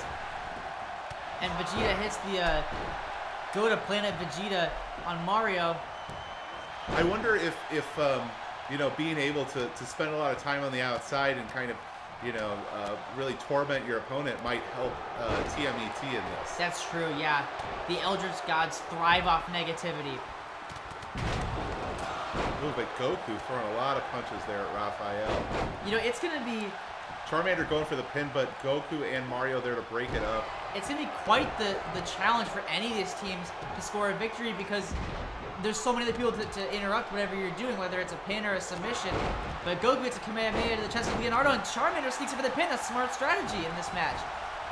And Mario on the outside, Luigi in the corner.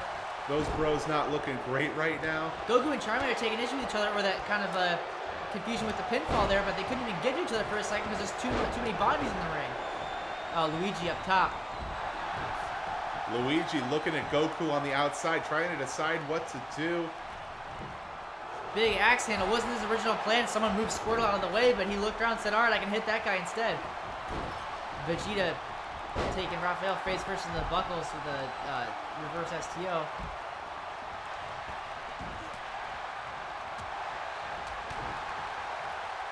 Charmander finding himself in the middle of Vegeta and Goku right now. That's a bad place to be. And there, I just realized a minute ago that there's a much better name for that move. There's the go to HFIL from Vegeta to Charmander. It's the and second time Vegeta he's going hit his for a finisher. pin. Squirtle manages to get it and break it up, but now seeing the anger of Vegeta. Yeah, Vegeta so far being the only one to hit his finish. Or no, actually Goku hit a Kamehameha earlier. That's not true. So Gogeta's the only ones that have hit their finishing moves, and they've done it 3 times total. So they are trying to soften up their opponents as best they can. But I think Charmander just hit Raphael with the seismic toss, so he's on the same page as well. Vegeta hanging up Squirtle in the corner there. Oh, what is this from Vegeta to Squirtle? Big double stomp out of the corner. I think of everyone on this card tonight, Ben, these competitors might have the hardest time of it, both in trying to win this match and also what their body's going to feel like afterwards, because they're just getting assaulted from all angles. Now, all right, Chris, you have a lot of ring experience. That's true, I do. In a match like this, when you hit a big move on somebody, do you go for a pin or do you throw them out and hope that they're out on the outside for a while? I think you got to try to get as many people out of that ring to guarantee you to be able to take advantage of the next person you hit a big move on. Because if you hit someone with your finisher and there's 6 other guys around you, it's not going to amount to much. I think if you get someone down, you get them out of there so that you can whittle down the numbers till it's just you and someone you can beat. Well, and as we say that, Vegeta writhing in pain on the outside. Mario looking to go up high and hit something on Leonardo here. Oh no, is he going to hit that Super 630 we've seen him using? Oh no, the Goomba Stomp. That jumping over top of Squirtle and hitting that on Leonardo. Raphael pulling over Goku, but getting a little tripped up there. Charmander crawling for the ropes. Mario hung up. I don't think I ever weighed in on who I think is going to win this match and come out the tag team champions. And most of that's because it's hard. I don't know who to go for. You got the current champs who are Saiyans who are already incredibly powerful and just training against each other to get even stronger right before this.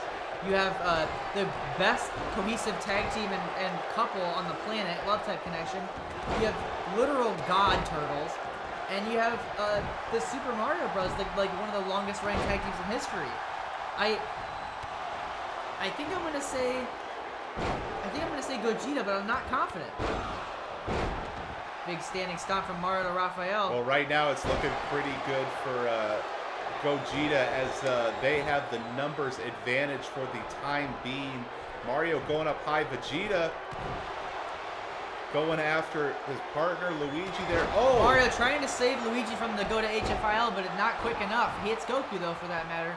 And now a pin. Mario able to break it up. We're still going to need a little bit more than that before we're going to get a win out of this. Now we're seeing finishers hit left and right. Mario's hitting that Goomba Stomp on everyone he can get to. Yeah, Father Brian also, as we were saying, has a hell of a job on his hands tonight because he's gonna have to go down for so many counts and just have to get right back up before, exactly, before he can even hit the mat once. Which, like, granted, like, his job's much easier than theirs, or even ours, but, you know, still, a man of his age doesn't want to be bending down and getting back up that many times, you know what I'm saying? That is very true, very true. It's bad on the knees and back. We have trained him in the best possible way to move his body for situations like that, so hopefully it helps. He's also bloodborne pathogen trained, so he knows to get those little gloves out if someone starts bleeding. DDT from Squirtle as Mario drags Vegeta into position. This is a hard match to even have much of a game Squirtle plan alone in. going for, Raphael able to kick out. But that was a great opportunity for Squirtle to go for that pin. Everybody else distracted. If, you know, maybe hit a slightly bigger move, that would have come away with the victory there for Love Time. But Ben, that scares me big time because that was the best shot anyone's had so far winning, and Raphael kicked out before one. How strong is that turtle god? Well, there goes Raphael to the outside to take a little break for a second. We got Squirtle and Luigi going against each other versus Mario and Leonardo. Leonardo taking chase on Mario to the outside of the ring. Oh, this is the best. Charmander, Vegeta, and Luigi left alone in the ring right now. This is the great opportunity. If you could get something, this is a great opportunity to get a W. One member of 3 teams, one team entirely unrepresented. This is where you want it right now. Goku coming back in. The numbers game is in Gogeta's favor. Might not be enough if they can't make something happen real quick before someone else gets back in there. Final cut from Goku. Raphael back in, we get tangled up with Luigi. Oh, God! No. Oh, Goku, no! Oh. Luigi setting up for a Michinoku driver, but Raphael breaking it up, sending Goku to an even nastier fate right on his neck, and then a big Uranagi from Raphael. Goku's spine, Ben, has got to be so damaged. Charmander helping his friend up. And I think this is smart, trying to get Goku out of the way before someone can step on his neck and maybe kill that man. Charmander. Oh no, Ben, this is a favorite of Charmander's. When the lights are on bright, he hits this big deadlift suplex Falcon Arrow from the apron inside the ring. This match is going to take a toll on everybody involved in it. Charmander setting up for something on Goku. And Raphael breaking cutting him off, sending him right into, sandwiching him in the corner of that clothesline. Not enough to hit him with the arm, but to make him taste the cold, padded surface of Goku's that seeing turnbuckle. stars right now as Raphael and Charmander exchange blows. Charmander trying to wake Raphael up, but Goku's the one woken up. Seismic toss countered with a DDT. Raphael, the two arguably that started this whole thing. When Raphael wanted the Turtles in this match, he attacked Goku backstage. What, Goku choosing to help Raphael attack Charmander? That's unforeseen. Mario setting up Leonardo. Oh, Leonardo though. Oh. Big command made of Charmander. Maybe Goku sees him as the bigger threat at the moment. Here goes Vegeta up high. Gonna fly. Big missile drop kick all the way from the top rope, Mario halfway across the going ring to up the high. floor. Oh, taking out Squirtle. Right after Squirtle takes out Goku with a big headbutt. This action is fast and furious like we knew it would be, Ben, but it's honestly even better to watch than I thought it would be.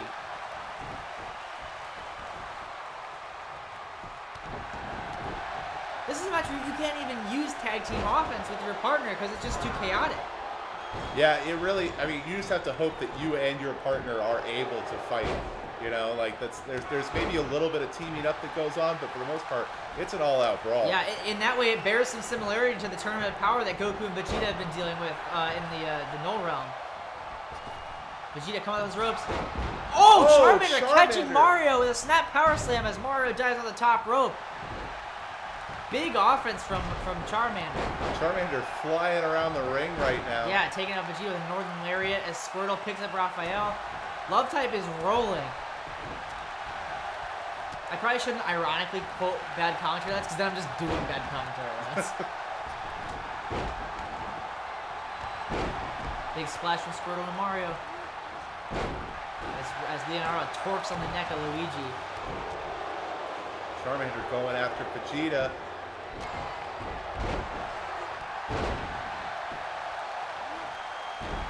Luigi and Leonardo. Oh, Leonardo coming back here now. Wow. All sorts of stuff just flying out. Everybody's back in the ring now. And But moves flying everywhere. we might not have a tag team division left after this match. I mean, I can honestly say that whoever wins this definitely deserves it. Yeah. Big gentleman splash That's all a the way across the giant ring. Luigi flying on that one. And then throwing a forearm at Sending Vegeta. back down.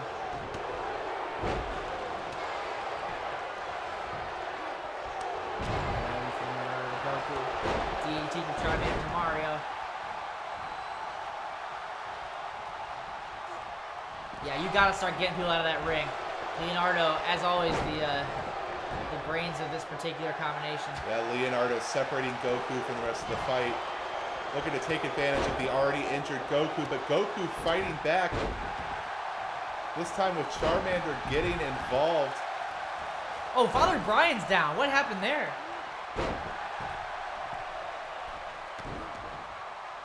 I bet it was those damn turtles. Charmander and Goku teaming up on Leonardo right now, but Vegeta getting involved. Gogeta fighting Charmander and Leonardo, Leonardo, but big stuff happened in the middle of the ring where they're not there to break it up, so this could go a certain way. Oh, pump handle world throwing a slam into the ropes. Raphael looking to get the pin here on Mario. Charmander getting thrown in. Oh, but Charmander rolled on top. I think Goku threw Charmander in.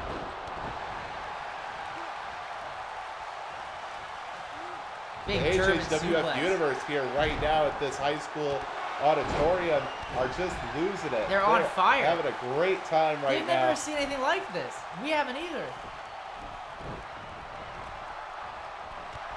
Oh, devastating big boot from Raphael, gathering up turtle power to use against Goku in his next offensive onslaught.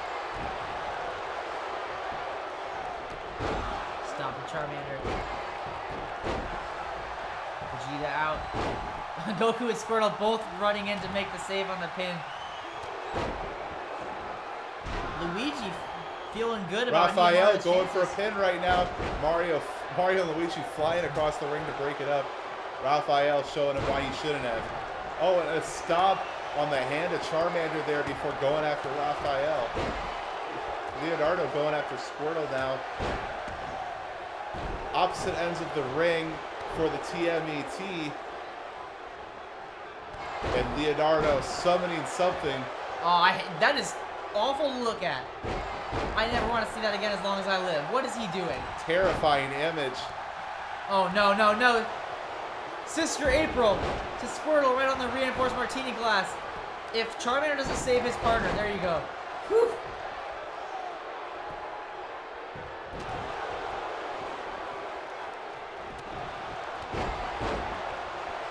This is breaking down, Ben. Oh, dropping Squirtle onto Goku. Squirtle's on the outside. Charmander going for a pin. No one's there immediately. Oh, Father Brian took too long to get to the cover. Leonardo able to come in there and break it up.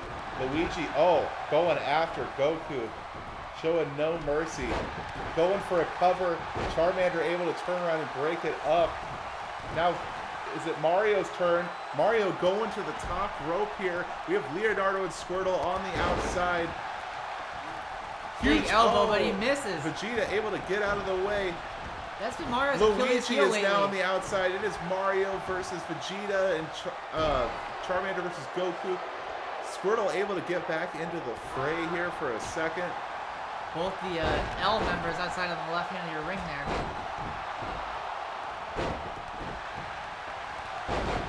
Vegeta going for a pin, but it's broken up. Michi Goku driver, fuck.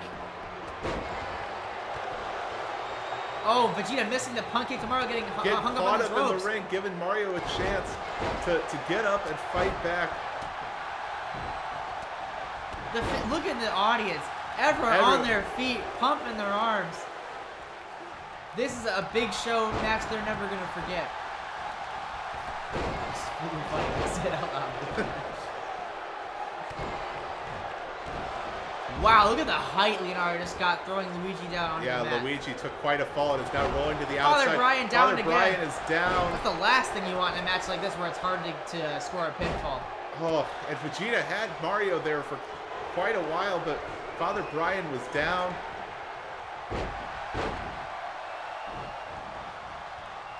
Luigi trying to get his wits about him.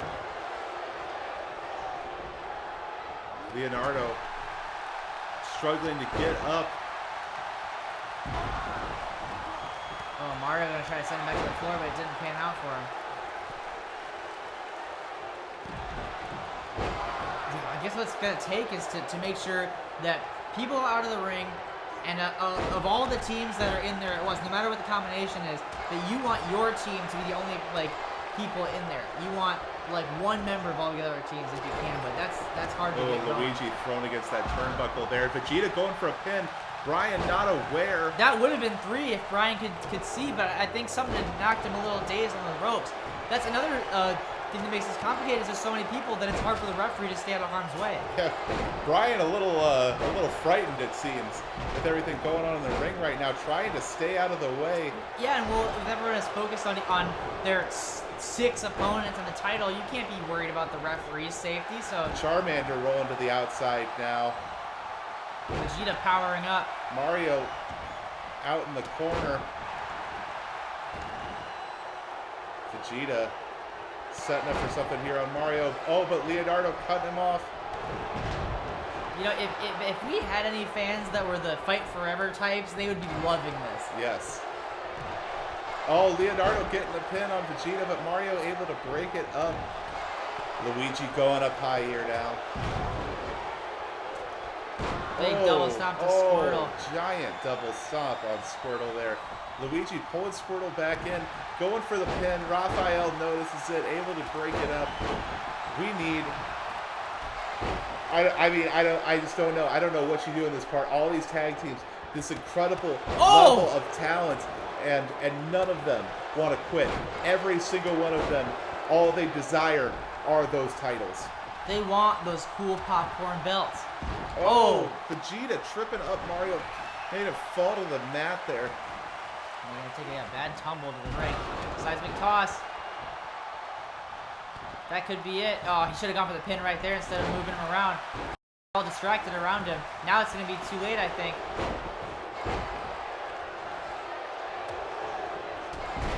I don't think Fraser Crane even knew what he was in for when he booked this matchup, and I don't think he understood just how wild this was going to get. Oh, Mario now. Mario and Raphael on the outside. Squirtle going after Mario. Oh, Luigi. Did you see him right there? Yeah, Vegeta taking his block off, and here we go. Oh, just in the nick of time. Gogeta almost had it. Gogeta almost retained. Squirtle barely able to get in there to break it up. That was the longest anyone has been able to attempt to win this match. Closest anyone has come yet, and it was the reigning champion that almost got there.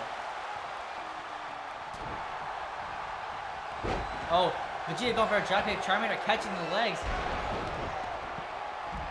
Oh. Vegeta popping up with a surprise head scissors on Charmander as Leonardo sets up on that middle rope and then decides to come back down. Thought better of it. Oh, Goku and Luigi on the outside now. Leonardo just did some sort of up yours gesture to the fans. I don't appreciate that at all. Charmander ducking Raphael, but Raphael throwing a clothesline there. Oh, and taunting the fans. Should focus more on his opponents. Charmander able to knock him to the ground. Get a little punch in there for the AHHW F universe. Big fist drop from Charmander. Oh, gets cut off by Goku's leg. A ground pound from Charmander, if you will. Oh, nasty senton. All the weight of that shell coming crushing down on Charmander. Oh, Vegeta just floored Leonardo.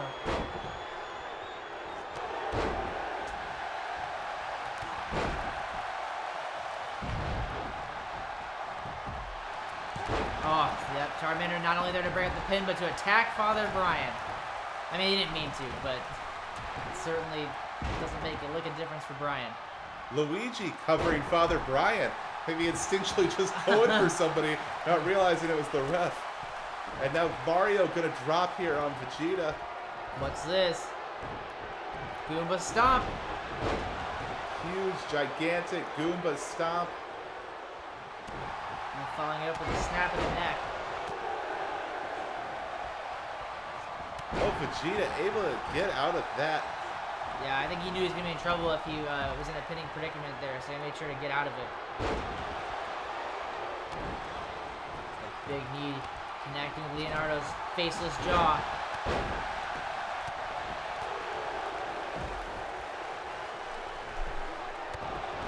Oh, wow. Innovative offense from Goku to Luigi. All these superstars. What the? Raphael just punched Leonardo. Is he that much of a wild card that in the midst of a battle like this, he'd punch his own partner? Could be. I mean, you know, there's definitely a lot of oh no, taking Ben. lessons from what they learned. Goku's distracted with Luigi. Squirtle able to barely get in and break it up in time. And now Goku teeing off on the head of Leonardo with those boots. Trying to make him pay for almost taking their titles away. Big T-bone suplex from Leonardo. The T stands for turtle. He's summoning up that god power again. Someone just stomp on him while he's doing that.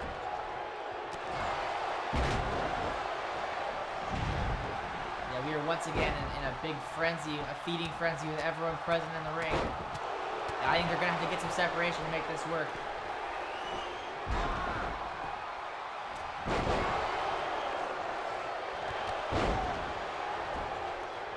You still feeling confident about Love Type Connection coming out on top of this one? I'm going to stick with my original pick. I think if we've learned anything from watching this match is that it's really just going to come down to being in the right place at the right time because all these people are so deserving and it's really just going to be able to see that opportunity and grabbing it when you have it, you know? Yeah, which is much easier said than done. I think it's really going to come down to a situation where, like, maybe our earlier proposed strategy for these superstars is a little pie in the sky to imagine you'll ever get a chance where enough people are out of the ring. But maybe what it's going to take is a situation where some people are out and some people are so focused on each other that you can sneak one out. Wait, like this. People, too many bodies in the way. People couldn't get to the break it up, and the Teenage Mutant Eldritch Gods finally achieved their quest of becoming the Movie Club Tag Team Champions. The TMET have been chasing those Movie Club Tag Team belts for a long time, and able in this fatal four-way to you know, steal a win. You know, they noticed, that's like what I was saying. They saw the opportunity and they went for it. That's exactly the kind of situation that was gonna take, but I didn't see that coming. The thought that so many people could be knocked down to the ground, that it literally like created like a shield around the pin to where even where people were standing and active that could have broken up, they just couldn't physically get there in time. And Ben, as much as we all don't like and greatly fear the Teenage Mutant Eldritch Turtles, what's gonna happen now that they've got their hands on what, to my knowledge, is their only earthly desire, the AHHW F Movie Club Tag Team Championship? I can tell you it's going to be a much different tag team division. I hoped this day would never come. Well, it's here. It's here. We've had a lot of interesting endings to matches tonight. That's what the big show's all about, right? Yeah, It's everything is going to be different at the end of this show. I mean, we are moving into a whole different era of AHHWF with the conclusion of the big show. And we have a couple more matches for you. We appreciate you hanging with us. Hope you know maybe you got a nice cup of coffee or couch. Maybe you're laying all snug in your bed, watching it on your iPhone. That would be my move personally. But you know, either way, however you're watching it, we appreciate you watching it. Of course, like always, you can help support us and make our dreams come true by going to patreon.com/alienhappyhour. On patreon.com/alienhappyhour, you can vote on bonus Patreon matches, or in the case of the big show tonight, you got to vote on who was going to be the surprise entrant in the AHHWF Judge Burge Overruled Championship match. And your pick almost ended up coming away with the victory. Yeah. We came down to the final two. But yeah, Sonic able to come away with the win. Yeah. And you know, so we appreciate you, everything you do. We couldn't do it without you. So yeah. Our patrons have good taste. They really do. And with no further ado, the Women's Championship match, Ben. This is a big one. Yeah, after defeating fan favorite Judy Hopps, Samus was upset because she overcame a lot. She honestly overcame more obstacles than anyone since X23, and maybe even including X23, has had to overcome to get a Women's Championship match. You know, Shego interrupted her whole deal and took her out with a sledgehammer and almost prevented her from getting her title shot. But then, we have coming to the ring right now, under that grand Big Show sign. ...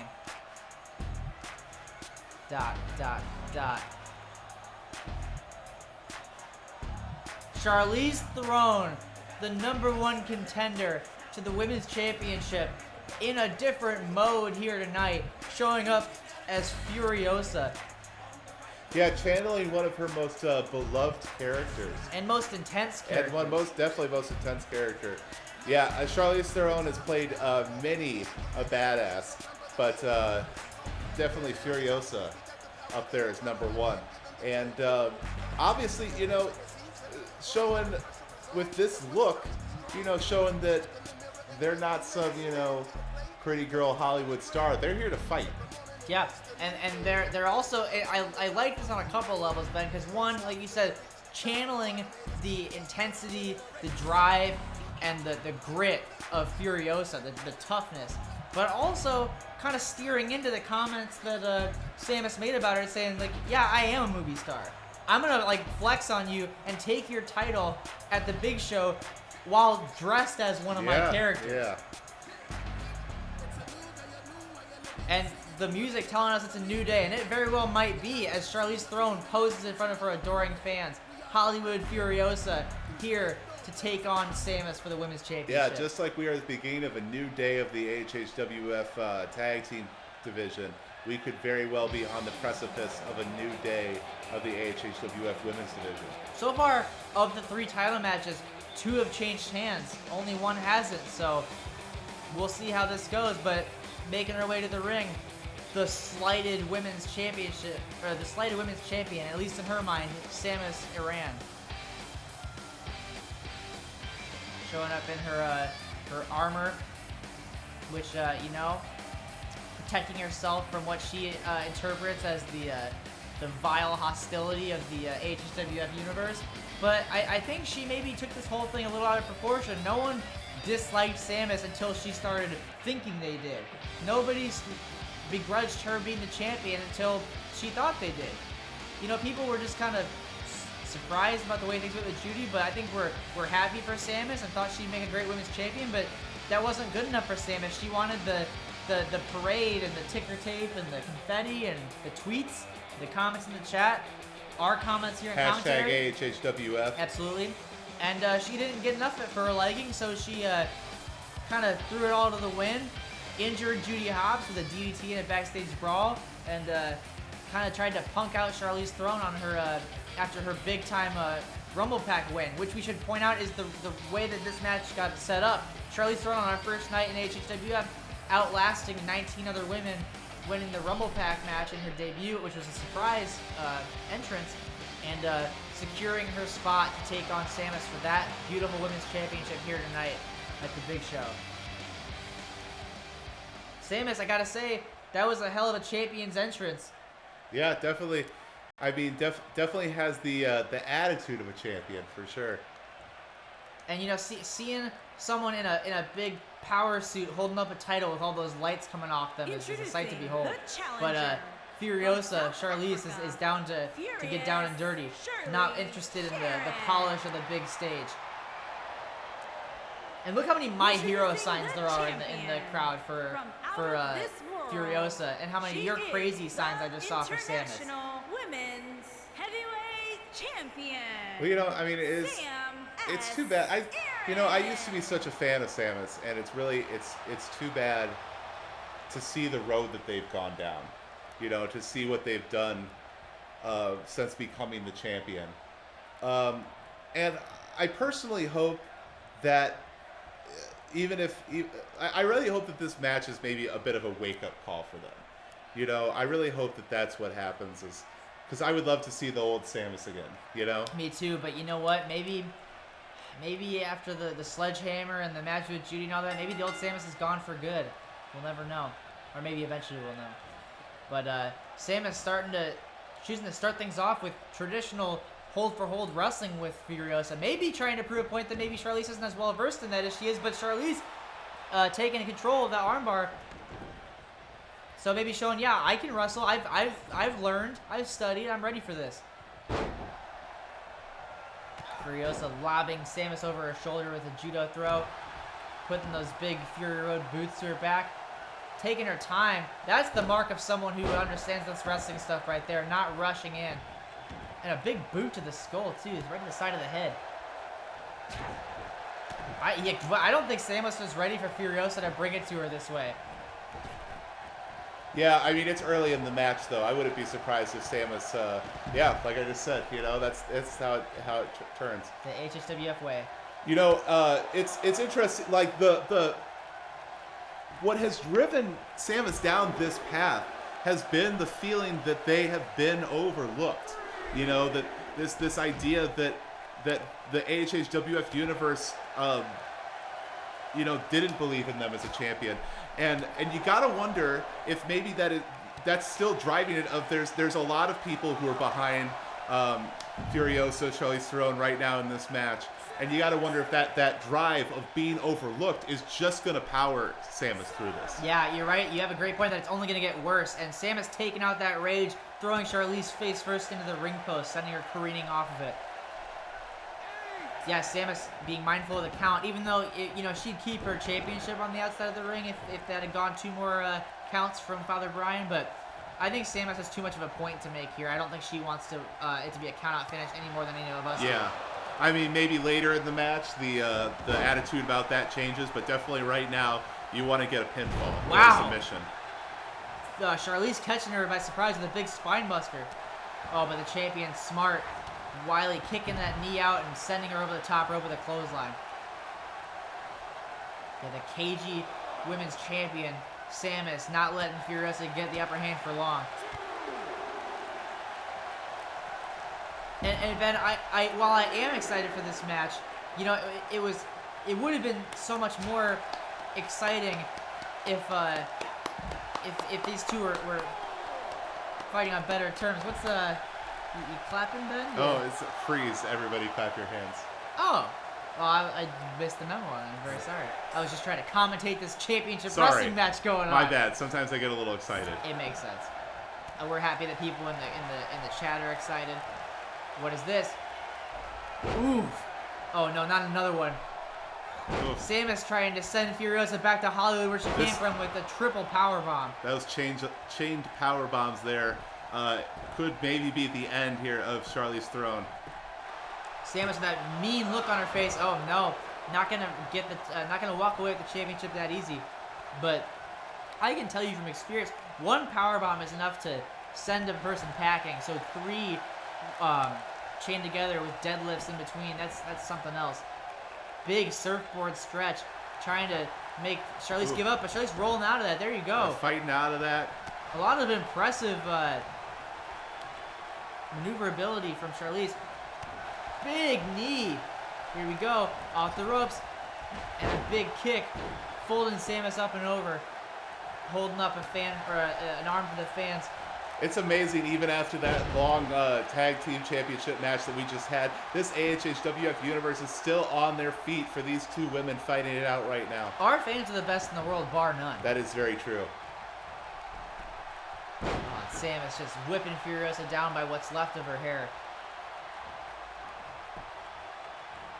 I think it's just barely showing that Charlize is new to the wrestling game. I think she's had a great showing so far, especially with moves like that.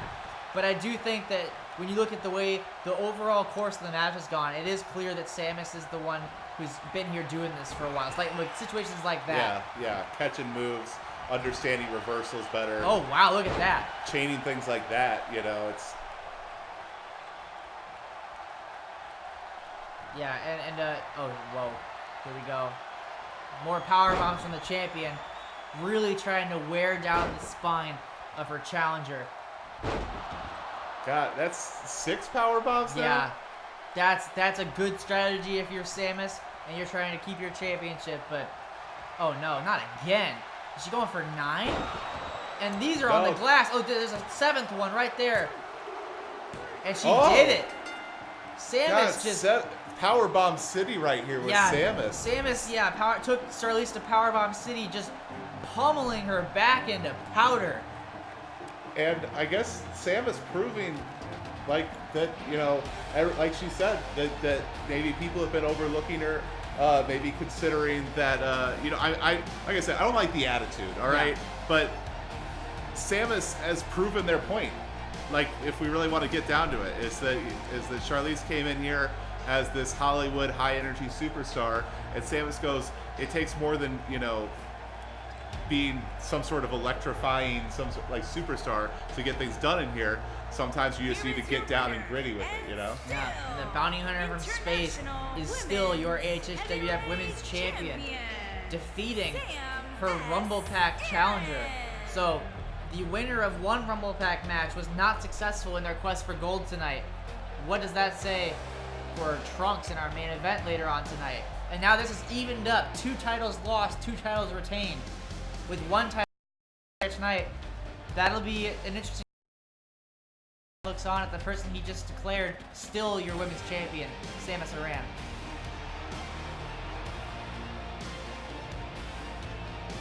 And you hate to see Charlize out there recovering on the floor, taking in those deep breaths, coming to terms with both the physical damage to her body and also the fact that she came up here short here tonight. But I don't think anyone can take anything away from her. She had a great performance here tonight. No, she did. I mean, that's the Hollywood star coming in, and definitely showed that she belonged. Didn't come away the winner, but had a good showing. We have 2 more showings for our audience here Yes, tonight, there are 2 more matches for you here tonight, and they're going to be some pretty good ones. This is going to be a huge one right here. Icon versus Icon. Undefeated streak. Well, not current, but known for the undefeated streak versus known for the undefeated streak. Shaggy Rogers, Shaggy, the People's Champ, versus Crash Bandicoot. And Crash, another superstar who has taken a recent change in attitude. Crash making it very well known that they believe that Shaggy is beneath them and that this match shouldn't even really be happening. Yeah, Shaggy wanted to put on a good show for the fans. Like, they both have had their turns as fan favorites. They both are undefeated for such a time. Shaggy thought, this would be a cool match to give the fans on the big show. I'm not doing anything, you're not doing anything, let's make it happen. And Crash was going to turn him down until Shaggy got under his skin by implying that Crash Bandicoot always taps out. Which, the record book would tell you a similar story, but Crash didn't want to hear that story, and he said he'd take Shaggy Rogers on, but only if he could punish him for those remarks in a no-holds-barred match. Yeah, and don't forget that Crash said that I wouldn't challenge for the Hardcore Championship. I've never faced you because I was never low enough on the card to face you. Those are big words in response to Shaggy saying that unlike him, Crash has never been champion. But yeah, that's about as good of a response as you can come up with for that. But Shaggy coming back out to perform for these fans one more time here tonight at the big show. Looking happy, looking like he's ready to go do this despite how personal this match got, despite all his best intentions to keep it kind of a friendly exhibition thing. Looks like he's not letting it get to him. He's ready to do what he does best and tear it up in that ring. Well, Shaggy lives off the energy of the AHHW F universe, and no better place to get that energy than the big show, the largest crowd that we've had yet in AHHW F. And also worth noting that, while Crash may think this no-holds-barred situation is going to benefit him, it actually might swing the other way because the division he was mocking, the one that Shaggy was champion of for so long, was the hardcore division. No one has had more time to get used to having matches like this than Shaggy. To my knowledge, this is Crash's first hardcore match, no-holds-barred match. But there we go. We have local security manning the hallway as Crash Bandicoot makes his way through the halls of this high school to come out to the auditorium and challenge Shaggy one-on-one, no holds barred.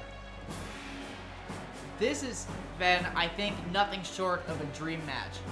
It's just there's the added wrinkle of the fact that the two members of the Dream hate each other now and are gonna be battling it out with nothing against the rules, nothing to stop them from tearing each other apart.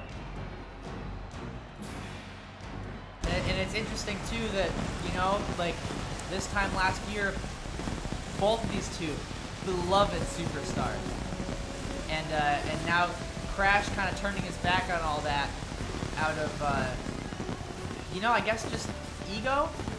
But look, blowing out smoke as he stands in those, in that pyro, letting the cinders of the pyro rain on him and kind of punching up as they go off.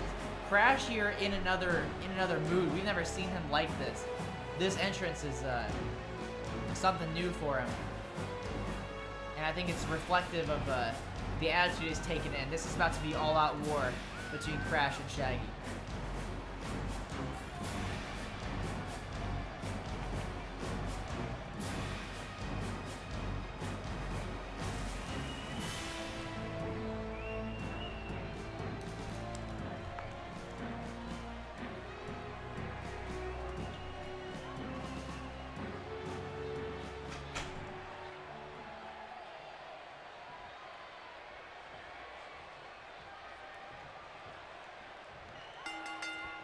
All right, here we go.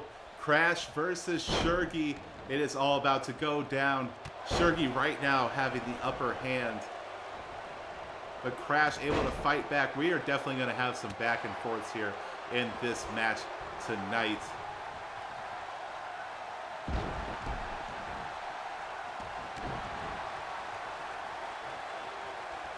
Remember, this is a no-holds-barred match. Anything goes. This definitely works in Shaggy's favor. We're going to find out how it works in Crash's favor. Crash laying down those stomps on Shaggy there.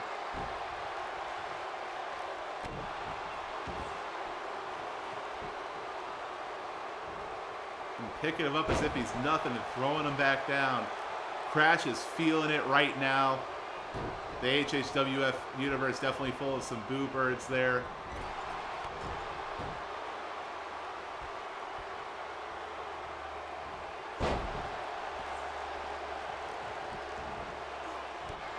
And Shaggy targeting the back of Crash Bandicoot early on. Going for a cover, but barely a one count. You gotta wonder, maybe Shaggy's thing here, going after the back, targeting the back, perhaps setting up for a submission. That is the known weakness of Crash Bandicoot.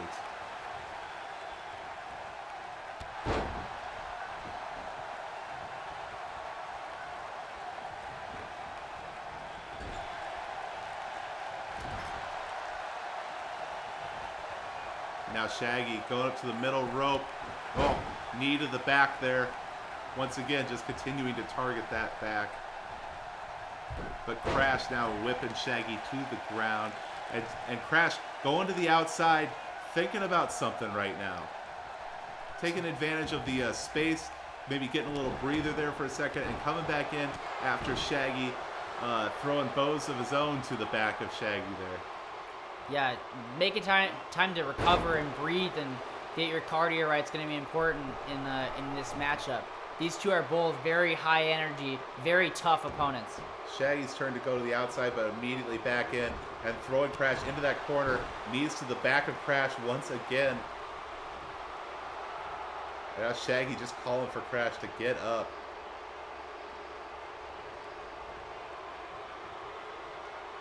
Tap Bandicoot TNT calls Crash in the chat. If Crash Bandicoot could read that comment right now, he would flip out. Which is good for Shaggy's health that he can't, because he's already been taken out by a gigantic hoe train from Crash Bandicoot right there.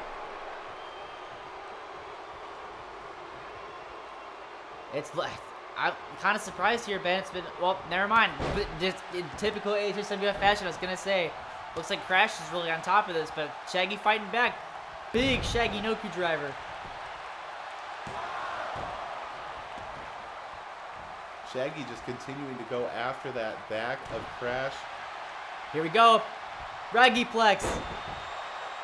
Shaggy firing up. He's feeling the momentum that the people in the audience and the people in the chat are giving him. Oh, Crash surviving the Raggiplex. Shaggy looking out into the audience at his adoring public. Here we go. Here it comes. Press F to pay respects. A scoop Shasa. And going for the cover. No holds barred needed. Shaggy Rogers is back on his winning ways, defeating Crash and proving that dastardly Bandicoot wrong. And now after that victory at the Big Show, you gotta wonder if Shaggy is returning his sights to Wario. I would love to see Shaggy get another shot to reclaim that belt. It's just not right having that title around without it being on Shaggy's waist. Someone's got to step up to Wario. Obviously, I mean, Shaggy, like every, young boy, has aspirations of someday being the AHHW F Men's Championship. I just wonder if maybe there's still some unfinished business there with Wario. There might be, but I'm happy that, we got to watch these two greats clash while they were still both in the company, and I'm also happy that Shaggy Rogers gets to have a redemptive win on this big stage because he's had a hard year, Ben. When he lost the Hardcore Championship to Wario at the beginning of the year, it's pretty much been straight losses ever since. I think some people might have forgotten about him or given up on him, but Shaggy, most importantly, didn't give up on himself. He came out here after everything that Crash said about him, about how he was beneath him, and all his accomplishments were beneath him. Crash had to put up or shut up, and Shaggy just shut him up at the Big Show. Whatever Shaggy's going to do next, I hope he keeps winning. As do I. And we bring you back here now.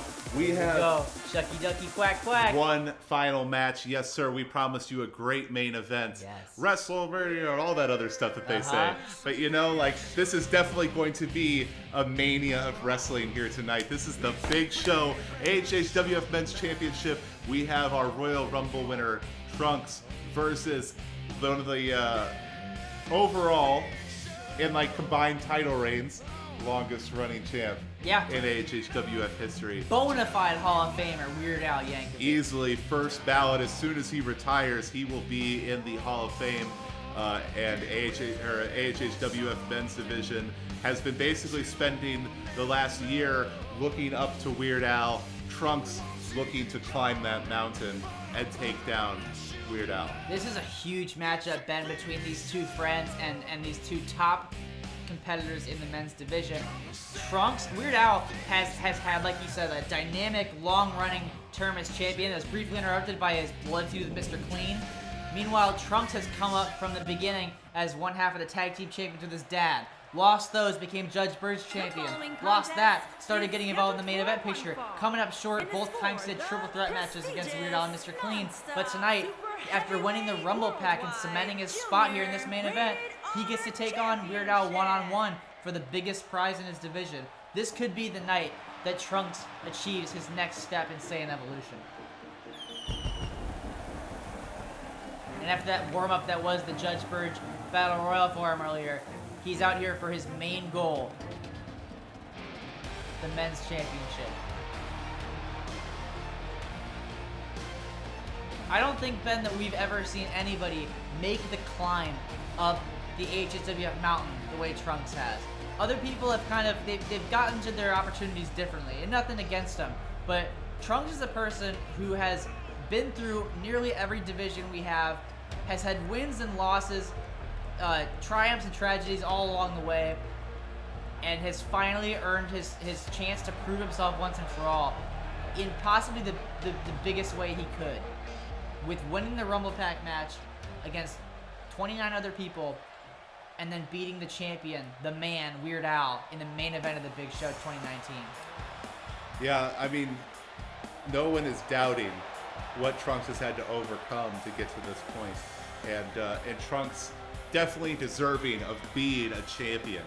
But Weird Al, I mean, Weird Al is just one of those greats. You think about, all the great basketball players in the 90s. who didn't win championships because of Michael Jordan. You know, that's what we're talking about here. Is we're talking about that next level of just incredible in-ring ability. And it's going to take everything and more that Trunks has to win this match tonight. I agree. And the fans on their feet. Here we go. We thank you for sticking with us here. This is our final match of the evening. Probably the latest an AHHWF match has ever gone on. This is exciting. We hope that you're staying up with us. If you're watching this the next day, we don't blame you. But we think you're in for quite a treat right now. Absolutely. Feel the energy, Ben. The fans coming up when Trunks points his finger in the air. And I have no doubt they're about to do the same for their champion, Weird Al. Weighing in at 133 pounds, he is the prestigious, non-stop, super heavyweight, worldwide, junior, rated R champion, Alpha. And Weird Al is the alpha of AHHWF. He is the alpha and the omega. You gotta go through him. He's been the beginning of AHHWF, and he will be the end of AHHWF. He will be there on the day we close our doors. Because that man lives, breathes, and bleeds AHHWF. And Father Brian hoists up the men's championship. The next time someone picks up that belt, it will either be Weird Al or Trunks, and they will be the men's champion. Oh, both throwing punches right to start things off, but Trunks getting the upper hand. Al against the ropes, and Trunks throwing him to the middle there.